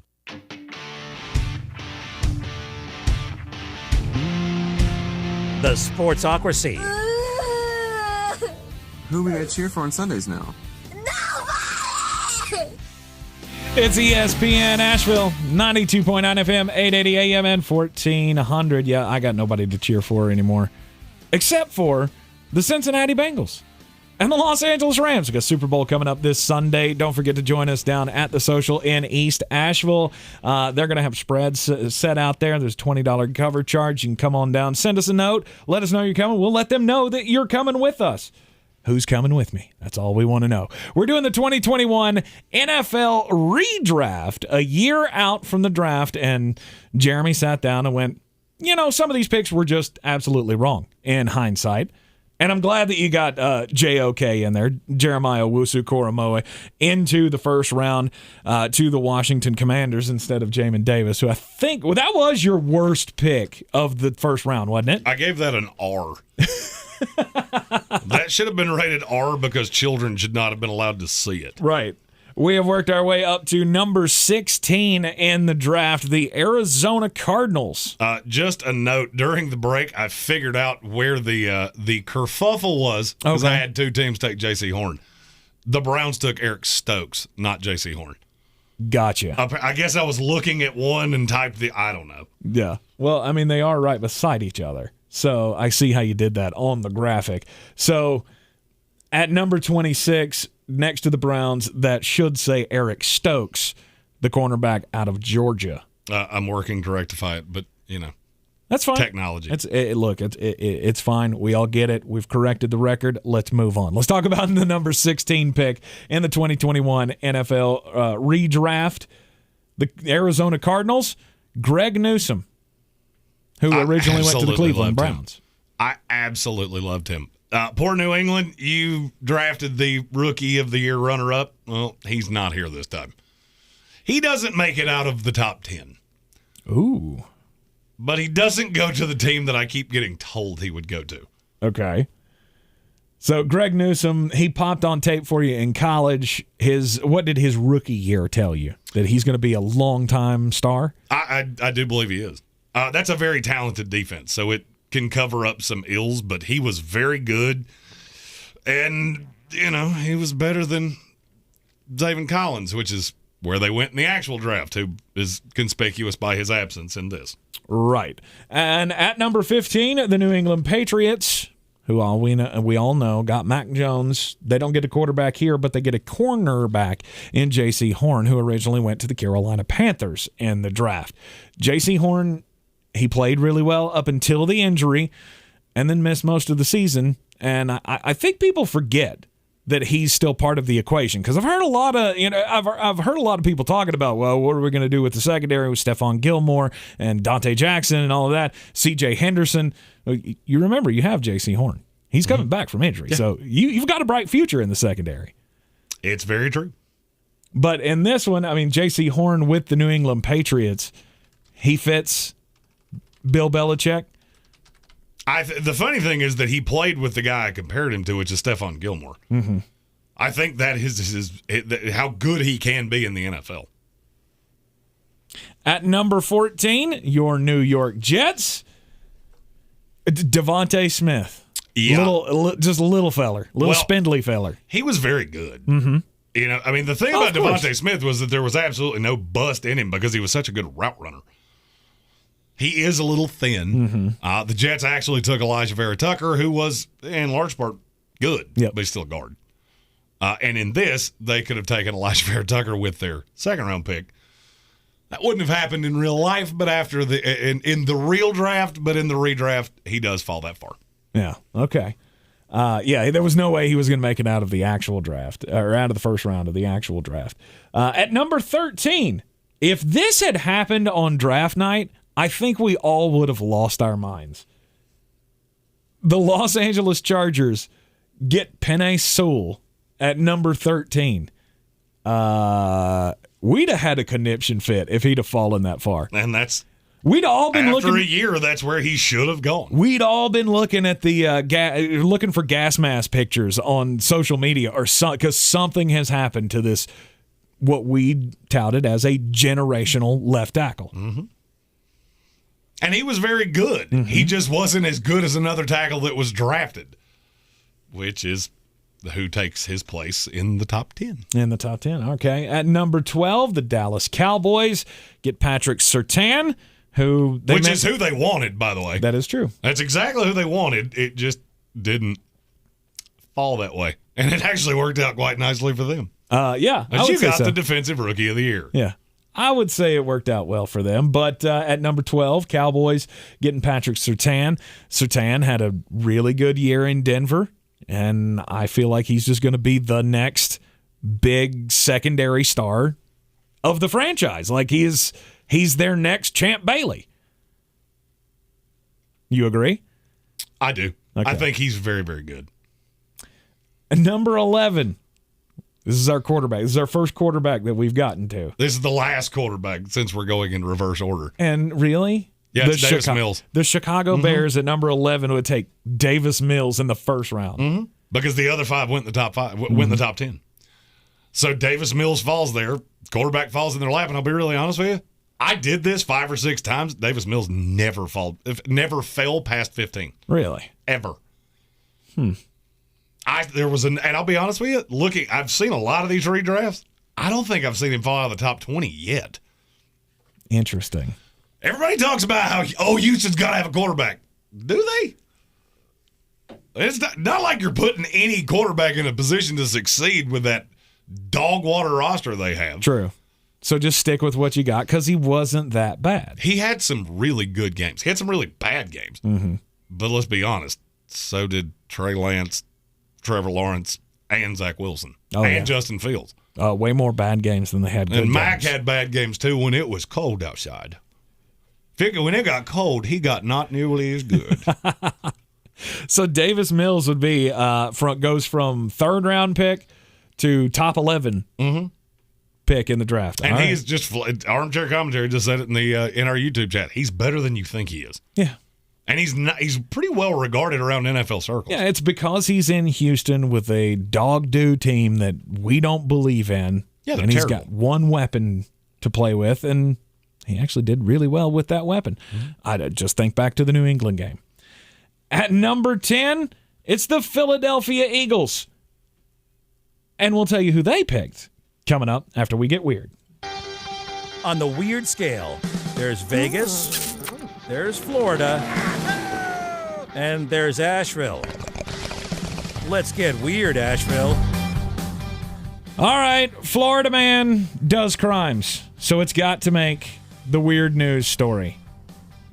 On Monday, a man was arrested in Naples, Florida, when he went into a bar and got drunk.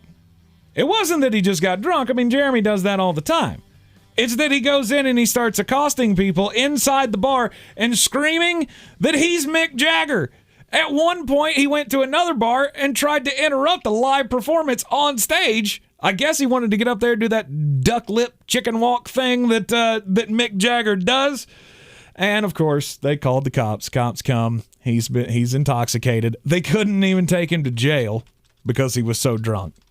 Because at that point, police become liable for injuries. You have to take him to the hospital. Right, had to take him to the hospital. It's always a bad sign when you're put in handcuffs and in an ambulance. Not saying from personal experience, just not saying from personal experience. He may have had a scuff or two as well because a struggle did ensue when they tried to take him into custody and they put him in the squad car. And what did he do? Reversal of fortune. Yeah, he lost it all over the backseat of the police cruiser, and now this guy is sitting in jail today. He's definitely a beast of burden. Yeah, thank you. My story also crimes. My story also crimes in Florida. A 38-year-old Florida man was just putting in a good faith effort to search for his own vehicle. Okay. At least that's what he told police. Uh-huh. After the car he stole was hit by a train and pushed into a nearby home. Oh. Police said the man claimed he stole the car in a good faith effort to search for his own vehicle after leaving a bar early Saturday in Martin County, around 50 miles north of West Palm Beach, which is where the car he stole was found. Okay. There are a lot of layers to this story, so I'm going to have to do this piece by piece. Okay. One, the person whose car it was did not know who you were. That is a very relevant part of the story. You cannot borrow someone's car to search for your car if they don't know you. That's kind of important. But I needed it. So after the crash, because apparently the car stalled out on railroad tracks and was hit by an oncoming train. Well, after that happened, the man, he still needed to find his car. So he stole a forklift from a nearby fruit stand, which he also vandalized with his own name. Oh, wonderful. Okay, if you're going to spray paint something, why are you spray painting your own name? Just, I was here. Like, you're doing the police's job for them. Right.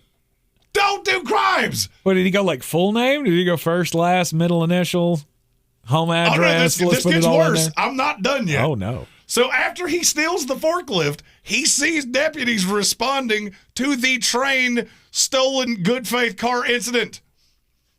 He flagged them down to let them know he was still looking for his car. Oh, well, wouldn't do that. If you're doing crimes, of which don't do crimes. If you're doing crimes, the last person that you should tell you're doing crimes is local authorities. This might possibly be first of all, bad luck, dumbest set of crimes I've ever seen in my life. The list of charges is longer than my screen. Yeah. He did a whole mess of crimes at one time. Wow. And he's going to deserve every bit of what he gets. Not good. You just can't do that. You can't do that. Don't borrow things from people you don't know. How is that your explanation? Person reports car stolen. Car found in the living room of a home after it was hit by a train. I was just borrowing it and found my car.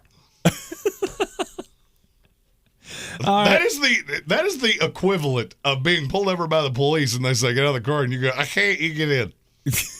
Not going to go well. No. Not going to go your way. Don't do that. Never going to go well. The top 10 of the 2021 NFL Redraft here by Flostradamus. Jeremy Greene, the Philadelphia Eagles with the 10th pick in the draft. Jalen Waddle, not Devontae Smith, but it's Jalen Waddle. Correct. Who had a fantastic year in Miami. I think he would fit in great with any team. Jalen Waddle's just so dynamic. And I was enamored with him in the pre-draft. I kept comparing him to Tyreek Hill. As a receiver at this point in his career, he's better than Tyreek Hill. He can do other things. Tyreek Hill's really just get the ball in your hands and be really fast. And in the early stages of his career, he couldn't run a route to save his life. Jalen Waddle can, and he's that fast and he's that good. Yet again, another Alabama wide receiver ending up with a quarterback that they played with in college. And if you check out our mock drafts after the happy hour today, you'll see another one of those. At number 9, the Denver Broncos, Justin Fields. If they had it to do over again, and you caught George Payton in a place that he had to tell you the truth, he'd say, I screwed up not taking a quarterback. Pat Surtain's great. Mm-hmm. You don't have any options. Denver's going to have to either overpay for Jimmy Garoppolo, who does not fit in that system well, or you're going to have to take Malik Willis. And I'll level with it. Malik Willis is not as good of a prospect as Justin Fields. Wow, that's saying something for the shade you've thrown Justin Fields. Well, and that's one of the next stages of Draftmas is that I take first-round prospects from the previous 3 years and I rank them all together. Mm-hmm. There were a lot of quarterbacks in this last draft that would have been the number one in this one. At number 8, you got the Carolina Panthers here, and they get a quarterback in Trey Lance. Surprise here. If Carolina had to do it, I'm going to say the same exact thing that I said about Denver. If Carolina had to do it over again, they would have taken Trey Lance. They would have just stayed at 8, not made the Darnold move for the exact same reason that the Jets had to move off of him. Mm-hmm. Nobody with an IQ above salad dressing is telling you that they definitively know Zach Wilson is better than Sam Darnold. What we all do know he is way cheaper for 3 more years. Mm-hmm. So you just reset the clock. And that's what bad teams who are bad at quarterback have to do. It's not that's what I think Matt Rule missed on.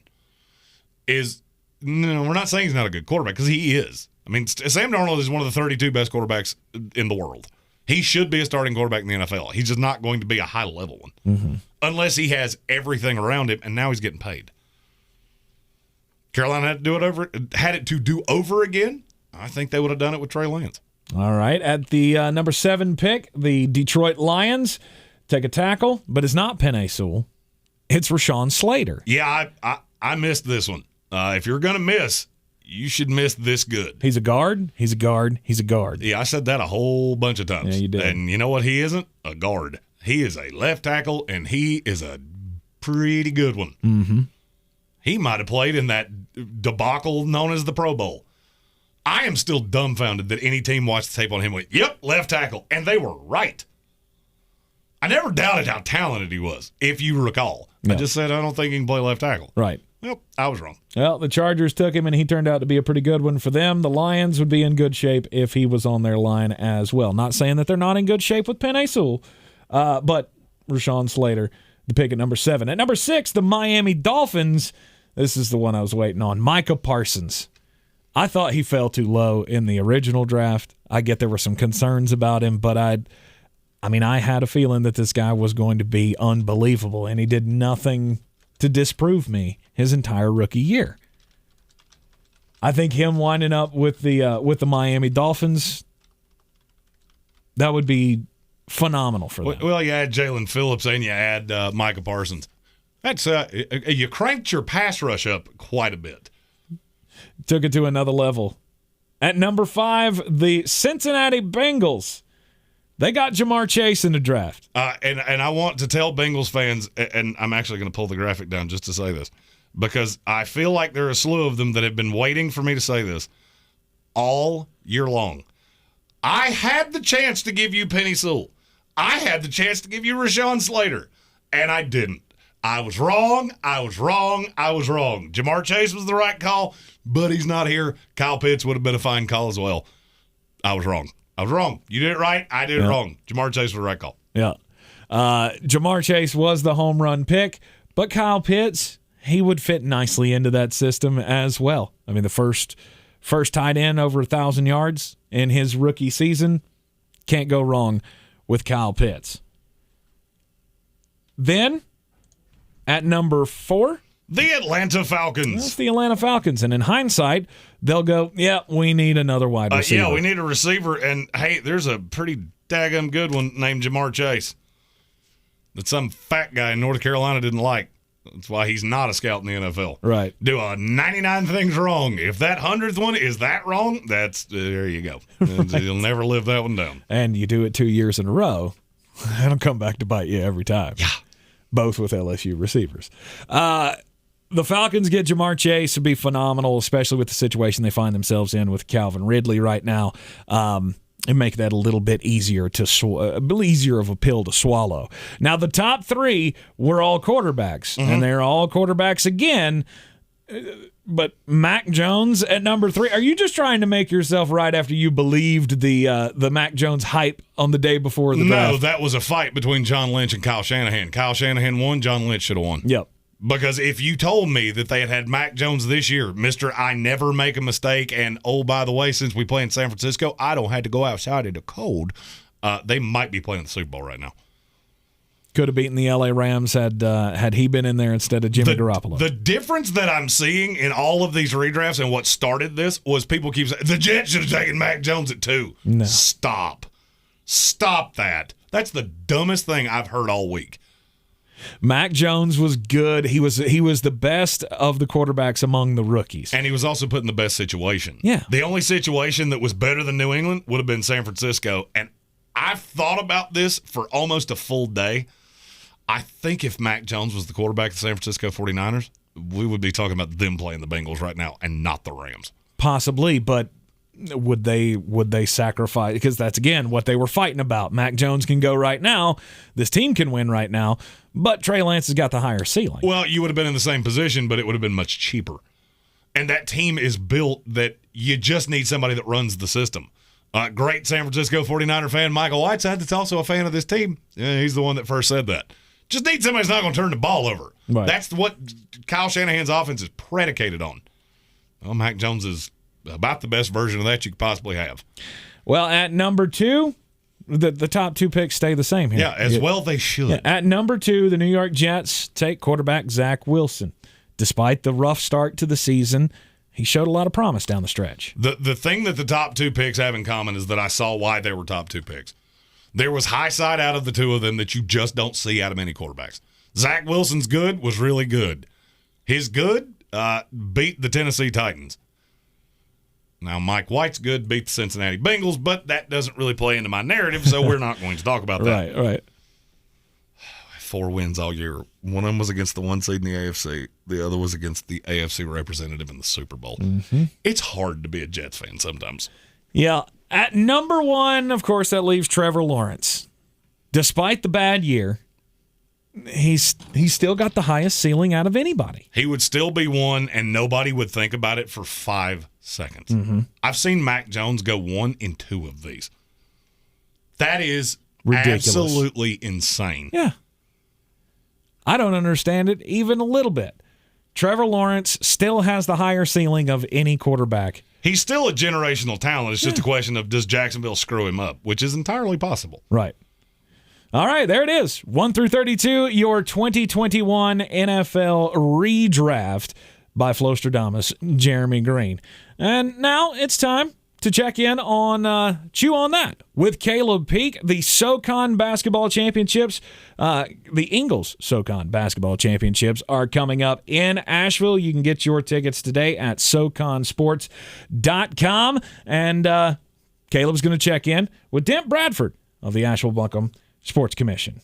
We welcome you to Johnson City, Tennessee. It is Southern Conference basketball as part of Big Monday, presented by LinkedIn, and it's a showdown in the SoCon. The Furman Paladins are in town to take on the ETSU Buccaneers. And that does it. The streak is over. ETSU snaps the 5-game losing skid, wins it over Furman 75-71. National TV, and it's not even tournament season. Not just yet. This is Chew on That, brought to you by Ingles Markets. Low prices, love the savings. And the fact that Furman ETSU is being carried live on ESPNU as part of the Big Monday series tells you everything you need to know about Southern Conference basketball. It's good. It's really, really good. And now is the time to get your tickets if you want to watch the oldest athletic conference in America. At 101 years old, crown a champion right here in Asheville during one of the most electric tournaments you will ever see. My special guest today is the president of the Asheville Buncombe Regional Sports Commission, Dent Bradford. Welcome to Chew on That. Thank you for taking the time to join us today, sir. You're obviously all in when it comes to Asheville, North Carolina as the home of the SoCon tournament, but from a marketing and promotional standpoint, what makes Asheville such an ideal location for this? Why do the executives and the men in suits from the Southern Conference love coming here so much to crown a champion? Well, first of all, we are centrally located in the geographic footprint for the Southern Conference. So then you look at so many teams that are within an hour or two's drive, maybe let's say 3, taking Greensboro and Chattanooga into the mix. And so I think that plus the Southern hospitality in Asheville, the arena size is just perfect for this event. It allows us to have a sellout, and as I call it, the old barn, it just rattles sometimes. Mm-hmm. So, that's pretty exciting. I can't take credit for bringing the event here in 12. I wasn't here then. I didn't get here until 16. I see. But we were part of, a great crew that did bring the event here, leaders of the Sports Commission and our Tourism and Development Authority and the city and the county, the Sam Powers, the Jan Davises of the world. They're the ones that brought it here. We were involved in 2016 in keeping the 2017 tournament here when all of the other tournaments left North Carolina during the HB2 situation. So we were able to keep it because Asheville, you ask what makes Asheville special, and it's the diversity, it's the welcome, and, it's people feel at home here. And I think that made a difference in 2017 that has allowed us to have this continuous streak. And this is not only the oldest conference, but it is the oldest consecutively running basketball championship. Dent Bradford, the president of the Asheville Buncombe Regional Sports Commission, he's on the line with us right now. And, of course, you're a UNC graduate. You're a Chapel Hill guy, one of the original members of the Southern Conference, along with NC State, that ended up picking their bags up and going off to found their own little upstart conference that they called the ACC, right? But let's talk for a minute about your role. What have you been up to since last March to get everything ship-shape and ready to go in 2022? I know with no fans in the building over the last couple of season, or at least limited fans, it's been difficult to kind of maintain that tournament atmosphere. So what have you been up to exactly since this time last year to make sure this year's tournament is bigger and better than ever? Well, for the Sports Commission, the Southern Conference is a 365, 24/7 endeavor. We're always thinking and looking for how to make things better. And, this is, just, letting people know that Asheville is a great opportunity to come out and see quality basketball. We're, the sponsorships, of course, ticket sales, all of those things have been a huge focus because we did have basically a year without really going out and getting sponsors and without ticket sales. We only had 544 seats last year. So, and those were more for the teams and the players and the parents and stuff.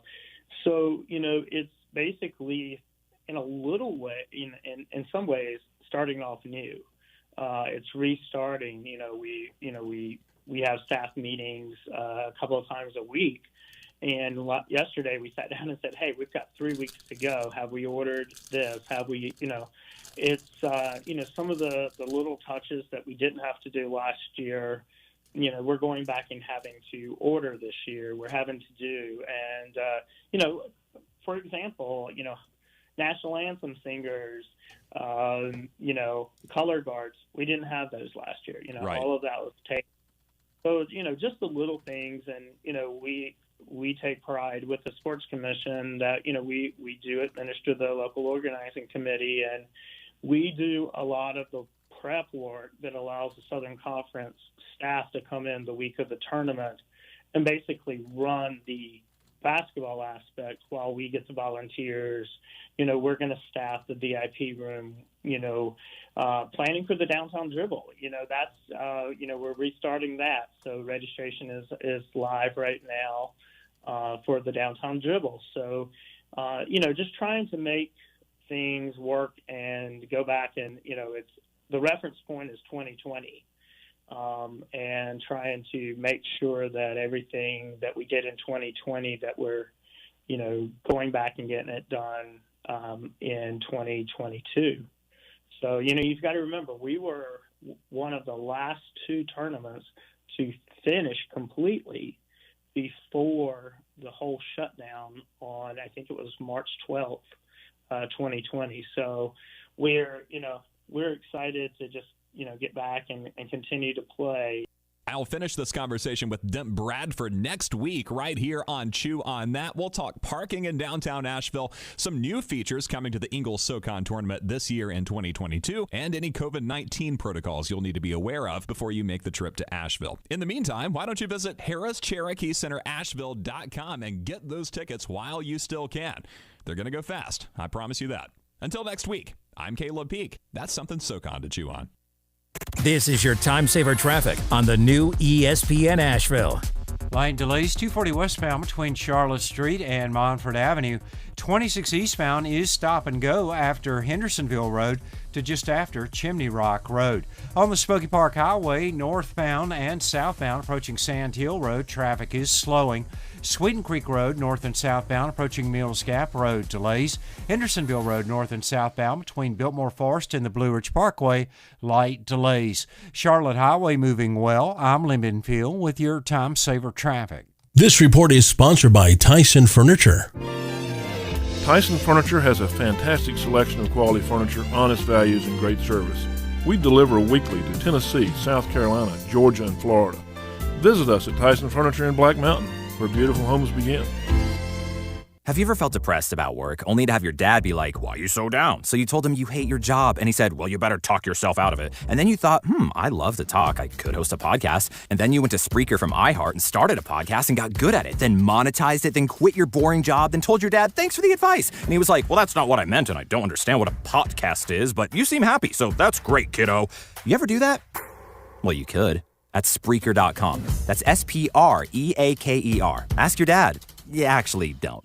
Unjunk your sleep during the President's Day sale at Mattress Firm. Shop now and get a king bed for a queen price, plus a free adjustable base with purchase. Don't miss hot buys like beds starting at just $159.99, plus Tempur-Pedic savings. Hi, I'm Emmitt Smith, Pro Football Hall of Famer and 3-time champion. Pro Football's all-time leading rusher Emmitt Smith talks about joint pain. Trust me, I know about joint pain. Sure, I made it look easy, but if my body could speak, it would say, "I'm in pain." Are you living with chronic joint pain? Knees, hips, lower back, shoulders? Don't just assume the old treatments are the only treatments. I've gone under the knife to get rid of pain, but now there are options, and you need to check them out. Emmett's talking about QC Kinetics, exciting new natural biologic therapies that can repair and restore damaged tissue in your joints. New options now available here. You can encourage your body to actually heal itself with the help of QC Kinetics. Real relief with no surgery, no drugs, no downtime. Call the local medical professionals at QC Kinetics for regenerative restorative treatments with lasting relief. But now, you and I, we have help. QC Kinetics. Start now with a free consultation at QC Kinetics. 828-333-9517. That's 828-333-9517. Call today. 333-9517. Welcome to Allstate, where we bring it all together. And bundling your home and auto is good, right? And it saves you up to 25%. It all comes together.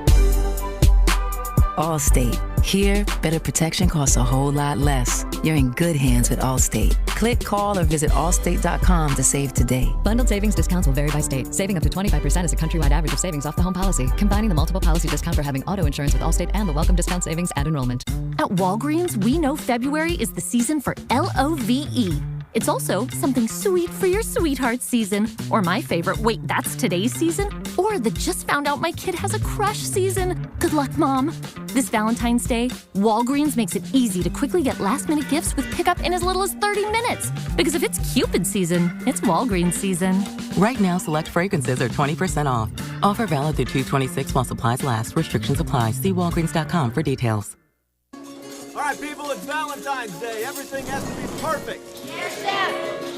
At Ingalls, we know that not every Valentine's Day is four-star perfection, with string quartets and swanky restaurants. My boyfriend bought me flowers. That it's not the money you spend or the elaborate lengths you go to. Happy Valentine's Day. It just has to come from the heart. Ingalls, we're with you every step of the way. Yeah, welcome back into the Sportsocracy. It's time for more picks from Flostradamus. Jeremy Greene. Last night we got wrong the under. So tonight, back to basics. I have three favorites. It's not something I usually do, but there's three that are just too tantalizing tonight. First, I got 50 on it. Wake Forest is a 3.5-point favorite at NC State. NC State is bad. And Wake Forest might be the most underrated team in America.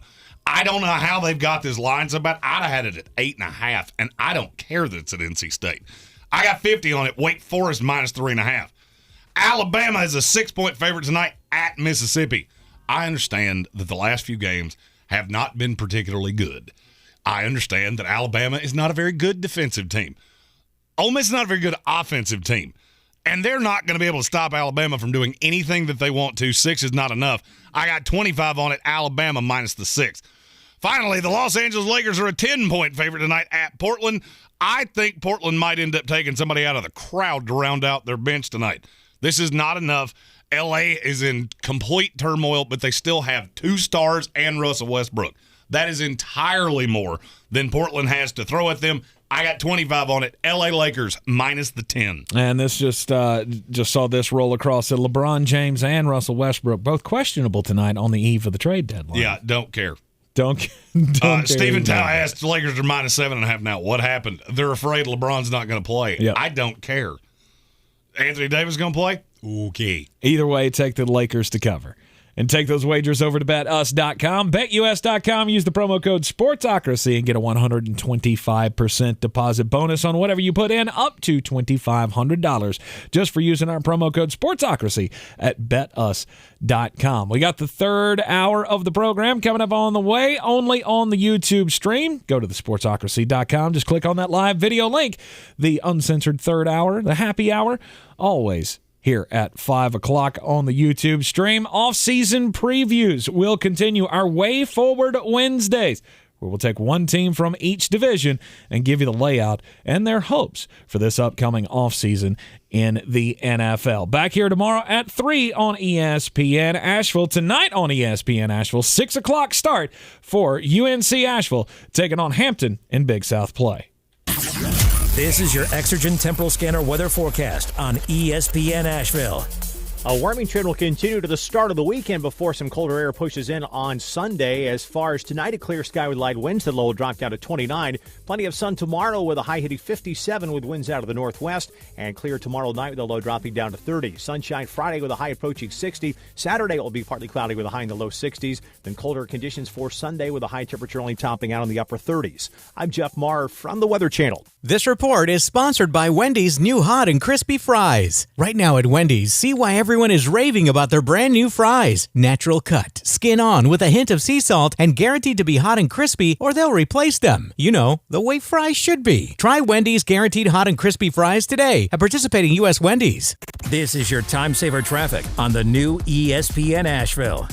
Light delays 240 westbound between Charlotte Street and Montford Avenue.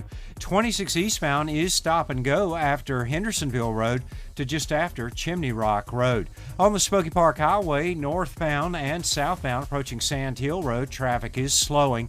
Sweeten Creek Road, north and southbound approaching Mills Gap Road, delays. Hendersonville Road, north and southbound between Biltmore Forest and the Blue Ridge Parkway, light delays. Charlotte Highway moving well. I'm Lynn Benfield with your time saver traffic. This report is sponsored by TP Howard Plumbing. Hey, this is Josh Howard with TP Howard's Plumbing. There's nothing worse than a plumbing emergency. We need service techs to help take care of our plumbing emergencies. Call TP Howard's Plumbing to apply today at 628-1369. That's 628-1369. From the Ingalls Studios, this is ESPN Asheville, WPEK, W225CJ Fairview, WMXF Waynesville, and iHeart Radio Station.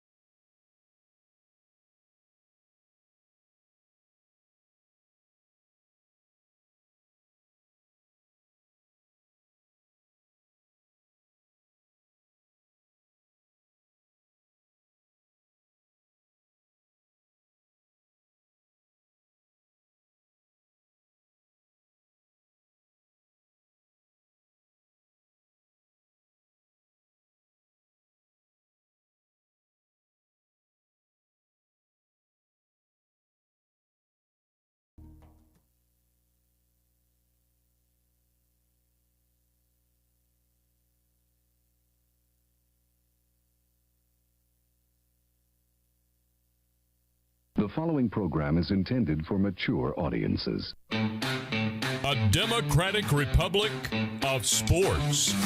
The Sportsocracy with ESPN Asheville hosts Tank Spencer and Jeremy Greene. And welcome back into the Sportsocracy. I'm Tank Spencer. Jeremy Greene is alongside. Welcome into the Wednesday Happy Hour. Our Way Forward Wednesdays continue with off-season previews. We're covering each and every team in the NFL. We've already done half the league, and we've got two more to go in each and every division. As always, we'll start it off with the AFC East. And the Miami Dolphins are up first, and, you know, Miami's got a new coach. They got Mike McDaniel in town. How are things going to change for Miami? They got a whole lot of money to spend. They have a lot of money, and they don't have a lot of people they need to bring back. So the question is going to be, how many San Francisco transplants can you see shoehorned into Miami? Because this is invariably what happens. Guys that I would be looking to, wouldn't be shocked if Raheem Mostert was one of them, because he's a free agent. Wouldn't be shocked if you saw somebody like Mohamed Sanu, Trent Sherfield, somebody not high-impact guys. Miami's going to go big game hunting in free agency. As well they should. You've got to make this as comfortable for Tua Tagovailoa as humanly possible. You're not losing much. You've got a first-rounder at the back end of the first round. The biggest question I have with Miami, what the hell are you going to do to fix that line? You've invested so much draft capital, and I don't really think you missed on any of them. You've just been playing them in the wrong position. Like, Liam Eichenberg is a right tackle. That's where he should be playing. And I could make the argument that he was the best lineman on your team last year. Robert Hunt was by grade, but the way that it went in their mock draft, of which you'll see mock drafts live, all you have to do, leave this video up. They'll keep rolling. I would move Liam Eichenberg to the right side. I had him taking Bernard Raymond, the left tackle from Central Michigan. That's just a house. The problem is Austin Jackson was so bad at guard. I don't know how to fix that, but I do feel like he's mobile enough to be a guard in this system. And you got to resolve things with Devontae Parker. The fact that it came out you were shopping him at the trade deadline is not going to go particularly well. Right. There was already enough animus between those sides anyway. But you think they'll try to patch things up rather than just get rid of him? They could save more money, have even more money to use for free agency if they cut him. Yeah, and they're certainly not going to cut him. It would be, can you get a draft pick out of him? Right. There would be dead money with that. If they were to trade him around the draft, you'd pick up about $3.5 million. I think he's worth about a $4, maybe a $5, just depends. He stays hurt, and I don't really know how he's going to fit with Mike McDaniel. But so I could see them moving on from him. Just the world is your oyster if you're the Miami Dolphins. You got a ton of money. You got a new coach that's offensive minded. If you're a Dolphin fan, you should be excited by the fact that your offense will probably be worth watching for the first time in 2 decades. Right. What do you think happens with Mike Gesicki? Is he going to get franchise tagged, or you think they're going to be able to work out a long-term deal with him? Gesicki's one of the toughest reads with Mike McDaniel because I've never seen him with a guy like this. Right. Gesicki's not a great blocker. Now, he can be a move tight end, but I can't envision him running that George Kittle role. I could see him being the great thing about a Shanahan disciple is they just take the pieces they're given and find a way to work with it. I think they will find a way to keep him long term. Okay. Question is, how much does that cost?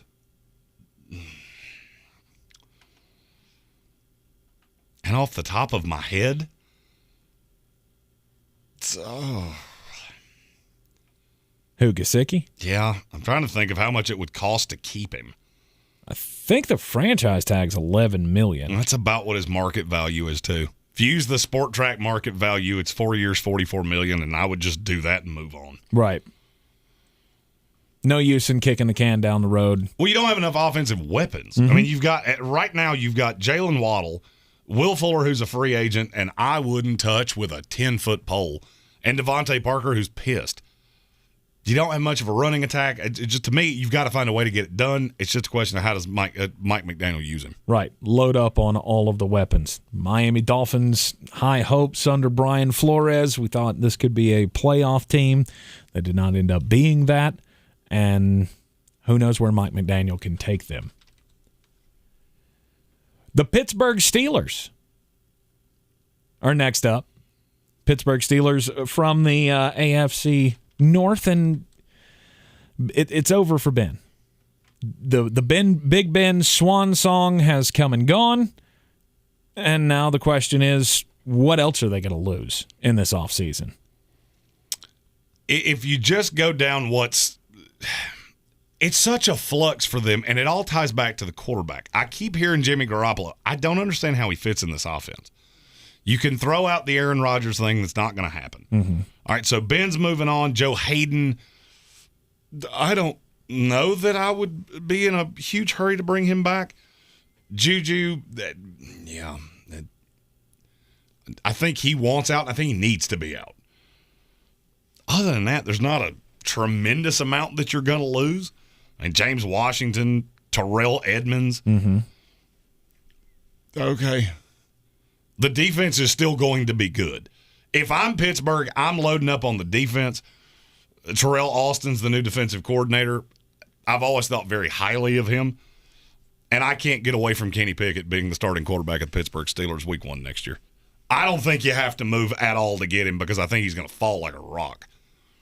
I see people putting him at 3, and that is the dumbest shit I hear on a semi-daily basis.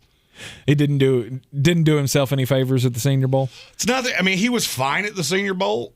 It's just he is who he is. Does he work in Pittsburgh? Absolutely. Is he going to fix the franchise in Houston? No. If Davis Mills and Kenny Pickett were in this draft together, knowing exactly what we know right now, Davis Mills would go ahead of him. And that's where it is. Right. But you put him in the right situation, I think he can be productive, and Pittsburgh is the right situation. Now you do that, now you become more of a run-centric team where Kenny Pickett just has to be the definition of a game manager. That can be a path to righteousness. The problem is I don't see how you're going to be better than Baltimore. I don't see how you're going to be better than Cincinnati anytime soon. You're going to be right there with Cleveland. So you're the third best team in this division for the foreseeable future. Right. There's just not a Band-Aid fix where you can immediately go back to being an 11-5 or 11-6, 12-5 team. I think you're going to be in that purgatory for a couple years. Now, are they going to be really bad? No. And I don't really give a damn who the quarterback is. No, it's not going to be Mason Rudolph. That's the one thing I can tell you. Right. Mike Tomlin doesn't have bad teams. We know this. I thought they were a bad team going down the stretch of the season here, and somehow they still ended up being in the playoffs. So. Winners win, losers lose. Yeah. Pittsburgh Steelers are one of the winningest franchises in the NFL, and there's a reason for that. There's a reason they're never terrible. There's a reason that they're going to hire – I still believe they're going to hire Omar Khan as the GM once the whole reshuffling happens, and it's just going to be business as usual. It'll be a different quarterback. It'll be it won't be Kevin Colbert sitting in the GM chair. It's all going to be the same. You don't see anything developing from them talking to Louis Riddick? No. Louis Riddick interviews for every GM job. And I don't know if it's that. I know he's been offered one and turned it down. You can deduce from that what you want to. I don't know. I can't see it not being Omar Khan. He has literally sat around for years interviewing for jobs and then pulling his name out. He did it every single year. And the thought was that he was just going to walk into the chair. I'm a little shocked they didn't just announce it. Like, there you go. Yep. So you said you would go heavy in on defense. That would be my thought because they're not – as good as that defense is, the secondary is not overly impressive. Mm-hmm. Joe Hayden's a free agent. I'm not investing heavily. I mean, he was a middle-of-the-road corner. Cam Sutton, I mean, he's fine. He's not anything to write home about. Mm-hmm. I'm starting to really believe you missed on Devin Bush. But you still got T.J. Watt. You got T.J. Watt. You got Minkah Fitzpatrick, who was not nearly as good last year as he had been in Pittsburgh. But I just think you just need an infusion of talent. The offense is talented. You just need to improve the line. Trey Turner was fine. Outside of that, the rest of the line was pretty much a disaster. Mm-hmm. But the weapons are good. I like Najee. Najee Harris was productive with a bad offensive line. What will he be with a good one? Markedly more productive. Right. Trey Turner is a free agent this year. He is, and I wouldn't be shocked if he came back. I wouldn't be shocked if it was another 1 year little pithy-ass $6 million deal. Right. It wouldn't shock me in the least. Man, I'd kill for a pithy-ass $6 million deal right now. Well, learn to block. I will try. I'll definitely try to do that. All right, let's head down to the AFC South. The AFC South, obviously, this is the Tennessee Titans and the Indianapolis Colts own this division right now. But, you got a new coach down in Houston. Lovie Smith is now the head coach of the Houston Texans. Jeremy, you feel like they have their quarterback, at least for the time being, in Davis You Mills. have the best that you're going to do. Right. I mean, you can shit in one hand, want in the other. You're not going to do better than Davis Mills, so you should just get really comfortable with that. And the Texans don't have a whole lot of money to spend in free agency. No, and they're not losing much. Justin Britt's a free agent. I could see them bringing him back for on a small deal. They have to get the cap ledger clear because they do not have nearly the talent you should have to be this expensive. Now, the Deshaun Watson thing is going to remedy some of that if you trade him. Because you'll recoup a ton of money from that. Oh, will you? $24 million if you do it pre-June 1, $35 million if you do it post-June 1. Okay. That obviously helps. You're still going to incur some dead money. But between him and, Deshaun Watson and Laramie Tunsil make up $67 million. That's a lot for a team that just doesn't have anything else. Right. So the biggest thing for Houston, you have to get on from this Deshaun Watson thing. Whatever it's going to be, I don't care. It's gone on entirely too long. And you move on from that, recoup the draft capital because there will be some of that, and just start adding pieces. Don't worry about team needs. Pro Football Focus put out their mock draft on everything. This is your time. Everything. They need everything. Yeah, that was their team needs, all of it. Yes. Team needs, yes. So just going down the list, best player available. Looking at this team from a Pro Football Focus grade standpoint, they had 4 players on this team that were worthy of being in the NFL. I should tell you everything you need to know. Right. They're just not good. Unfortunately for Texans fans, I have no belief in this front office. The Lovie Smith hire doesn't make any sense to me. He could maybe make the defense salvageable, but I just feel like Davis Mills is not in a position to succeed, and then you kind of are where you are. There's not a whole lot of other things to do. You don't have a ton of money. Your draft capital's fine. In my mock draft, I had him taking Kayvon Thibodeau because that's the guy that fell to him. One of the pass rushers will follow them invariably. Right. Because I have heard that neither Jacksonville nor Detroit are in love with either Thibodeau or Aiden Hutchinson. Now, the Washington football team said the same thing about Chase Young. They still took him because he was without a doubt the most talented player. That's what I think Detroit's going to do. But I have Evan Neal going 1. Houston just picks up the pieces, and then you just have to best player available every time you come up. Because the Houston Texans are where the Detroit Lions were a year ago. The only problem is that they don't have a Brad Holmes that I have faith in. I feel like every deal they have made has made no sense. Rex Burkhead, extending him for why? What in the hell sense does that make? He's liked by the front office, I guess. That's the only thing. It's good Lord, that is a bad franchise. Right. It's the worst franchise in the NFL to me, and it's not even close. Mm-hmm. Houston Texans outlook for next year still not good, but at least you're bleak at best. Yeah, but at least you got. At least you got what? You're going to put bad stuff behind you. You're going to put the controversy behind you. Well, we thought that a year ago. They're in worse shape right now than they were 12 months ago. This job is less appealing today than it was this day 1 year ago. Right. And that's hard to do because they were irrelevant a year ago. Now they're irrelevant, and there's a little scuttlebutt in the NFL of the hell are they doing? It is a clueless franchise, and that leads us to a franchise that I can't really get down with the decision that they made in the offseason. The direction that they decided to go with their head coach is not the best, in my opinion. but that's just me. And I'm a Raider hater. Let's talk about the Las Vegas Raiders. They go with Josh McDaniels. They got the new GM that comes out of New England as well. Dave Ziegler. Yes, Dave Ziegler. I always want to call him Dolph Ziggler, and I know that's a wrestler, and I don't know why I'm stuck in that. But the Las Vegas Raiders offseason hopes here. I would go into this thinking, I got to get me some more weapons because we've been depleted there. And how much faith do you have in this team when it comes to the draft? Because, they didn't do great with the draft picks that Mike Mayock made. Now they did better than you think. The bad was bad, but the good was good. Oh, Trayvon Moehrig was good. Yes.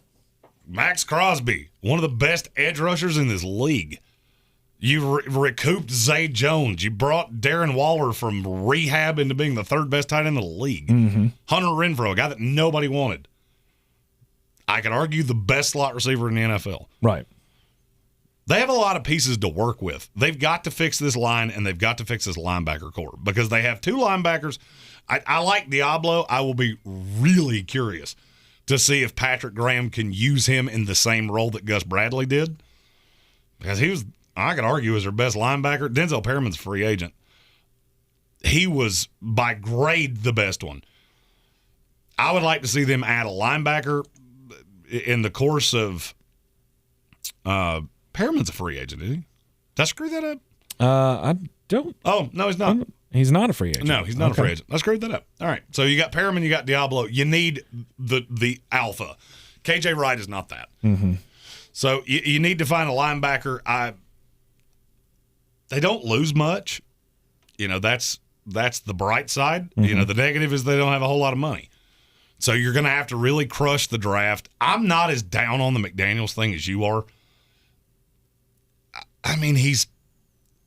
There is a possibility that Josh McDaniels has grown up over the last 10 years. Yes. The guy he was in Denver, no, that's a fucking disaster. This is the same guy that thought he could turn Tim Tebow into an NFL quarterback. If he's not that, he's learned, he got humbled, and he's learned, then, he's a high-level coach in this league. Problem is I've never seen him do anything without Bill. Right. So having his GM obviously helps. This was not an arranged marriage. They came as a pairing. There's a reason they interviewed a day apart from each other. So, it can work. And there's talent with the Raiders.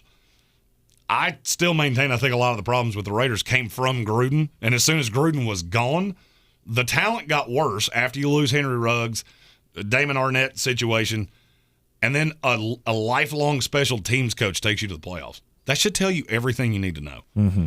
I don't think McDaniels has to be Bill Belichick for this to be a playoff contending team. He has to be the guy offensively that we think he is. And defensively, it's all Patrick Graham. That was one of the things I loved the most, is that they were able to go get a high-level coordinator that wanted to stay where he was. Patrick Graham was not rushing to leave New York. Right. He got an offer he couldn't refuse with the Raiders, and now he's the new defensive coordinator. That tells me that people around the league see things in Las Vegas that you don't. I see a lot of I have no derision with the Raiders. I see a lot of talent in the Las Vegas Raiders. I just didn't believe that they were a tip-top winner. And you know what? Maybe I'm wrong about Josh McDaniels, and he can turn them into that, him and Patrick Graham. The question is, can Derek Carr do the Derek Carr things we've seen without John Gruden? Mm-hmm. Because his best years were under Gruden. So, what happens now that he's gone? In the same system with Bisaccia, and now I understand he had one high-level year early in his career without Gruden. Other than that, he was pretty mediocre. I think he'll be fine. I think the hire will be fine. I didn't love it, mainly because I was thinking Jim Harbaugh, but now the more I've thought about Harbaugh, he's just such a dick. He's just such a dick. He rubs everybody the wrong way. So, I get it. You went big game hunting with your coach. You got one, and I hope it works out for you. Right. All right. Let's go over to the NFC now. The NFC, you got a lot of teams that have changed coaches. You got a lot of teams that have changed GMs. But obviously, all eyes go to the number one media market in the country and the New York Giants. The second best team in New York. The second best team in New York. Which they would be the second best team in one city in America, and it's the one they reside in. Right. The New York Giants now have Brian Daboll. And how much does he change? Offensively, he's going to change a lot. I feel like you've got the big boy in the room now that understands we've got to really invest in that offensive line. You've got to get something out of Saquon Barkley. This is a running back you took at 2, and he has been replacement level for the vast majority of his career. And I understand part of that's injuries, but a lot of it's because you have not done the things around him. They are committed to Daniel Jones. For better or worse, they are committed to Daniel Jones. The first thing I believe they have to attend to, and having 2 picks in the top 7 will allow you to do that's the offensive line. I've got them taking Ike Ekwonu and Tyler Linderbaum. Ekwonu at 5, Linderbaum at 7, and to me, that sets your line exactly where you need it to be for the next 10 years. And as long as you don't have David Gettleman making these decisions, I think you're on the right track. Well, I mean, Kenny Golladay can't be worse than he was last year. It's borderline not possible. Right. Kadarius Toney, if he can be healthy, is without a doubt a weapon. I'm just curious to see how close to this you come. Where do you think among 62 qualifying running backs Saquon Barkley was last year? Pro Football Focus grade. In the 40s. It's 58. 58. There were only 4 behind him. Yikes. That's almost hard to believe. It is hard to believe because we know what a great athlete Saquon Barkley is and all the things that he can do. The problem is talent-wise, I look at him and go, his offensive line could be me, you, and 3 of the janitorial staff, and you should be better than that. He just hadn't been. Right. And now I look at Daboll and go, as good as he was with Josh Allen, the Devin Singletary thing didn't work until the last 6 weeks. That makes me nervous. I think you have to invest in this offensive line. That's the ultimate issue with the Giants. Well, now the issue is you're broke. Yeah. You have no money whatsoever, and you have some huge holes on this team. Yeah, over the cap's got them at $10 million over the cap for next year. Yeah, it's bad to be over the cap when you suck. I love taking shots at the Giants. And how much shifting can they do? Depends just in general. Are they going to be able to clear enough cap space to make a big move in free agency? Well, you can restructure Kenny Golladay. You can restructure Leonard Williams. There's not a lot of moves to make in terms of guys that could save you some money if you were to get rid of James Bradbury, but it comes with a hefty charge. Blake Martinez the same way. Kyle Rudolph, there's no shot he's on this team next year. You're going to have to rearrange some furniture here just to get under the cap. So they're not going to be a player in free agency at all. The question is going to be, how do you use this? They have more first-round draft capital than any team in the NFL. If you go by the value chart, the 5 and 7 is worth more than even the 3 that Philadelphia have. So to me, you've got to get 2, no doubt, long-term starters. The reason I went Ekwonu and Linderbaum. Defensively, you got to add just some pieces. I like Wink Martindale, and I think he will do a good job with his defense. I'm just really curious to see what he's going to do at linebacker. This team was terrible at linebacker last year. Terrible. Even with Blake Martinez. Blake Martinez didn't play enough snaps to qualify. Right. Look, a lot of people will say that the Giants' biggest need is a quarterback. And you're just not in a position to make that move. There's not a no doubt quarterback, and you can't miss again. Right. So you have to make chicken salad out of chicken shit with Daniel Jones if that's how you feel. If you don't like him, that's fine. You don't have another alternative. So that's how you're going to ride into this. Now, I think Daniel Jones is more. He is more naturally gifted than Josh Allen is. Okay. But he's in a much smaller body, and he doesn't have nearly as big an arm. He's a better runner. He's just not as big. Right. So what can Daboll do to pull the talent out of him? You got 1 year to find out. You're killed against the cap. There's no doubt to me you're going to be the worst team in this division. There's nothing you can do to fix that. And I guarantee you when they offered Daboll this job, they told him, it's fine. It's fine. We know you're going to be – we know 3-year plan. Right. We are a year away from being a contender. Well, that's what Joe Shane said in his introductory press conference. Like, we know we've got a long way to go, but we're gonna build you a winner here. And I think they've taken the steps in the front office to make that happen. Well, it's a 3-year plan. You got to see what you got in Daniel Jones. This is his blip year. If it goes off the rails hot, we'll be in the quarterback market next year. You'll be picking if it goes that way, you'll be picking high again, and you'll be in a better position because, frankly, I don't think the quarterback class next year can be any worse than this year's. Yeah. No more talk about Russell Wilson possibly going to the New York Giants. No. And it looks to me like he's going to stay in Seattle. And if I had to make the determination today, if I had to call it today, I would say Aaron Rodgers probably stays with the Green Bay Packers. Well, the people around the organization don't think he's going to stay.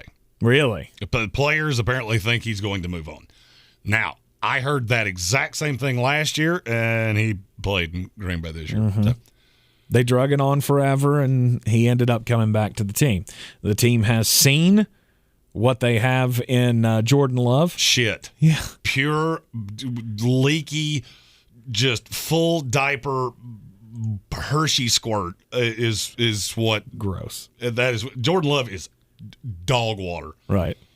Try to tell you that when you drafted him, nobody wanted to listen to me. So, he is runny diarrhea as a quarterback. That's just what he is. Mm-hmm. I could make the argument he is the worst quarterback that took a snap in the NFL last year. Okay. And I don't think I would be wrong, and that's in a league where Jake Fromm played. Oh, I'd forgotten about Jake. He's even worse than Jake Fromm? He's just not good. Yeah, we know. We know he's not good. He's like a little kid with a BB gun. He doesn't even know how to use it, and he's going to hurt somebody with it. But the Green Bay Packers, is this right? Over the cap's got them at $50 million over the cap. That's the problem with the Aaron Rodgers thing. Oh, you want to be traded? Cool. You're going to have to give back a shitload of money. Mm-hmm. There's nothing to do. This is what happens when you continuously kick the can down the road. I don't actually see how they're going to get under the salary cap. Mm-hmm. You're going to have to restructure $1 billion deals just to get under the cap.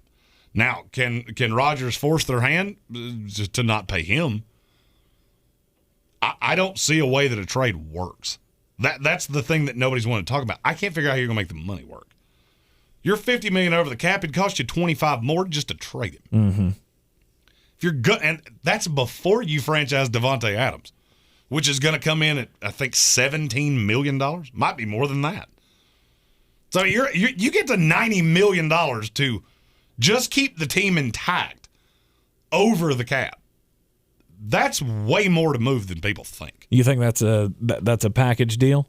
Rodgers goes, Devontae will follow? Devontae Adams is not going anywhere. They're not going to let him get out. No, you're going to franchise him. You don't let the best receiver in the NFL just go away. He would be the best free agent to hit the market in 30 years. Mm-hmm. It's not going to happen. So they'll find a way to keep him. I think they find a way to keep Aaron. And then it's just what can you add around him? You don't. Tunyon's a free agent. Ooh. Devondre Campbell, that's a guy you need to find a way to bring back. Mm-hmm. Other than that, they're all replacement level pieces. I think that team's going to look strikingly similar to how it looked this year. And for the love of God, get the man another weapon. Yeah. Good God, stop. And Randall Cobb, I know he likes him, but Randall Cobb is not good at football at this point. They're picking 28th overall in the first round. I think they're picking 27th in the even rounds of the draft. Yeah, I mean, you got to get a wide receiver, especially if you're gonna have to be saddled with Jordan Love. You need to give him all the weapons that you can get. And I don't think that's going to be a problem. And if it is, you just tear this thing down to the studs. If Aaron retires, moves, whatever, force it, because he can literally force their hand. Mm-hmm. The way the void years and all the things that they had to do, he can literally force his way out. All the problem is I don't know how they're going to get him somewhere else. But let's just say it happened. You tear this down to the studs. Right. You franchise Devontae Adams and you just auction. Call every team in the league and go, price starts at 2-1s. Who's up? Now, I don't know that anybody would bite at that, but I think it would be close to that. And the question for me would be, what would that atmosphere be like with Matt LaFleur after winning all of those games, and now you're just starting all over? I mean, LaFleur's a good coach, but Bill Walsh and Bill Belichick couldn't turn a Jordan Love quarterback team into a winner, especially not as up against the cap as they will be. It is in everyone's best interest to figure this out. Mm-hmm. Speaking of teams that are against the cap, none are in worse shape than the New Orleans Saints. New Orleans Saints, according to Over the Cap, right now have $75.9 million in the red.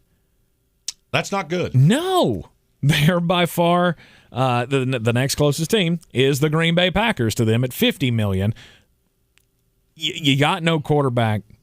I mean, you got Taysom Hill, but we all know there's not a future there, right? Oh, I think anybody with an IQ above salad dressing knows that. Right. And that's, I've seen a couple people in the comments ask, how did Dennis Allen get this job over the last couple of days? Because who the hell else would want it?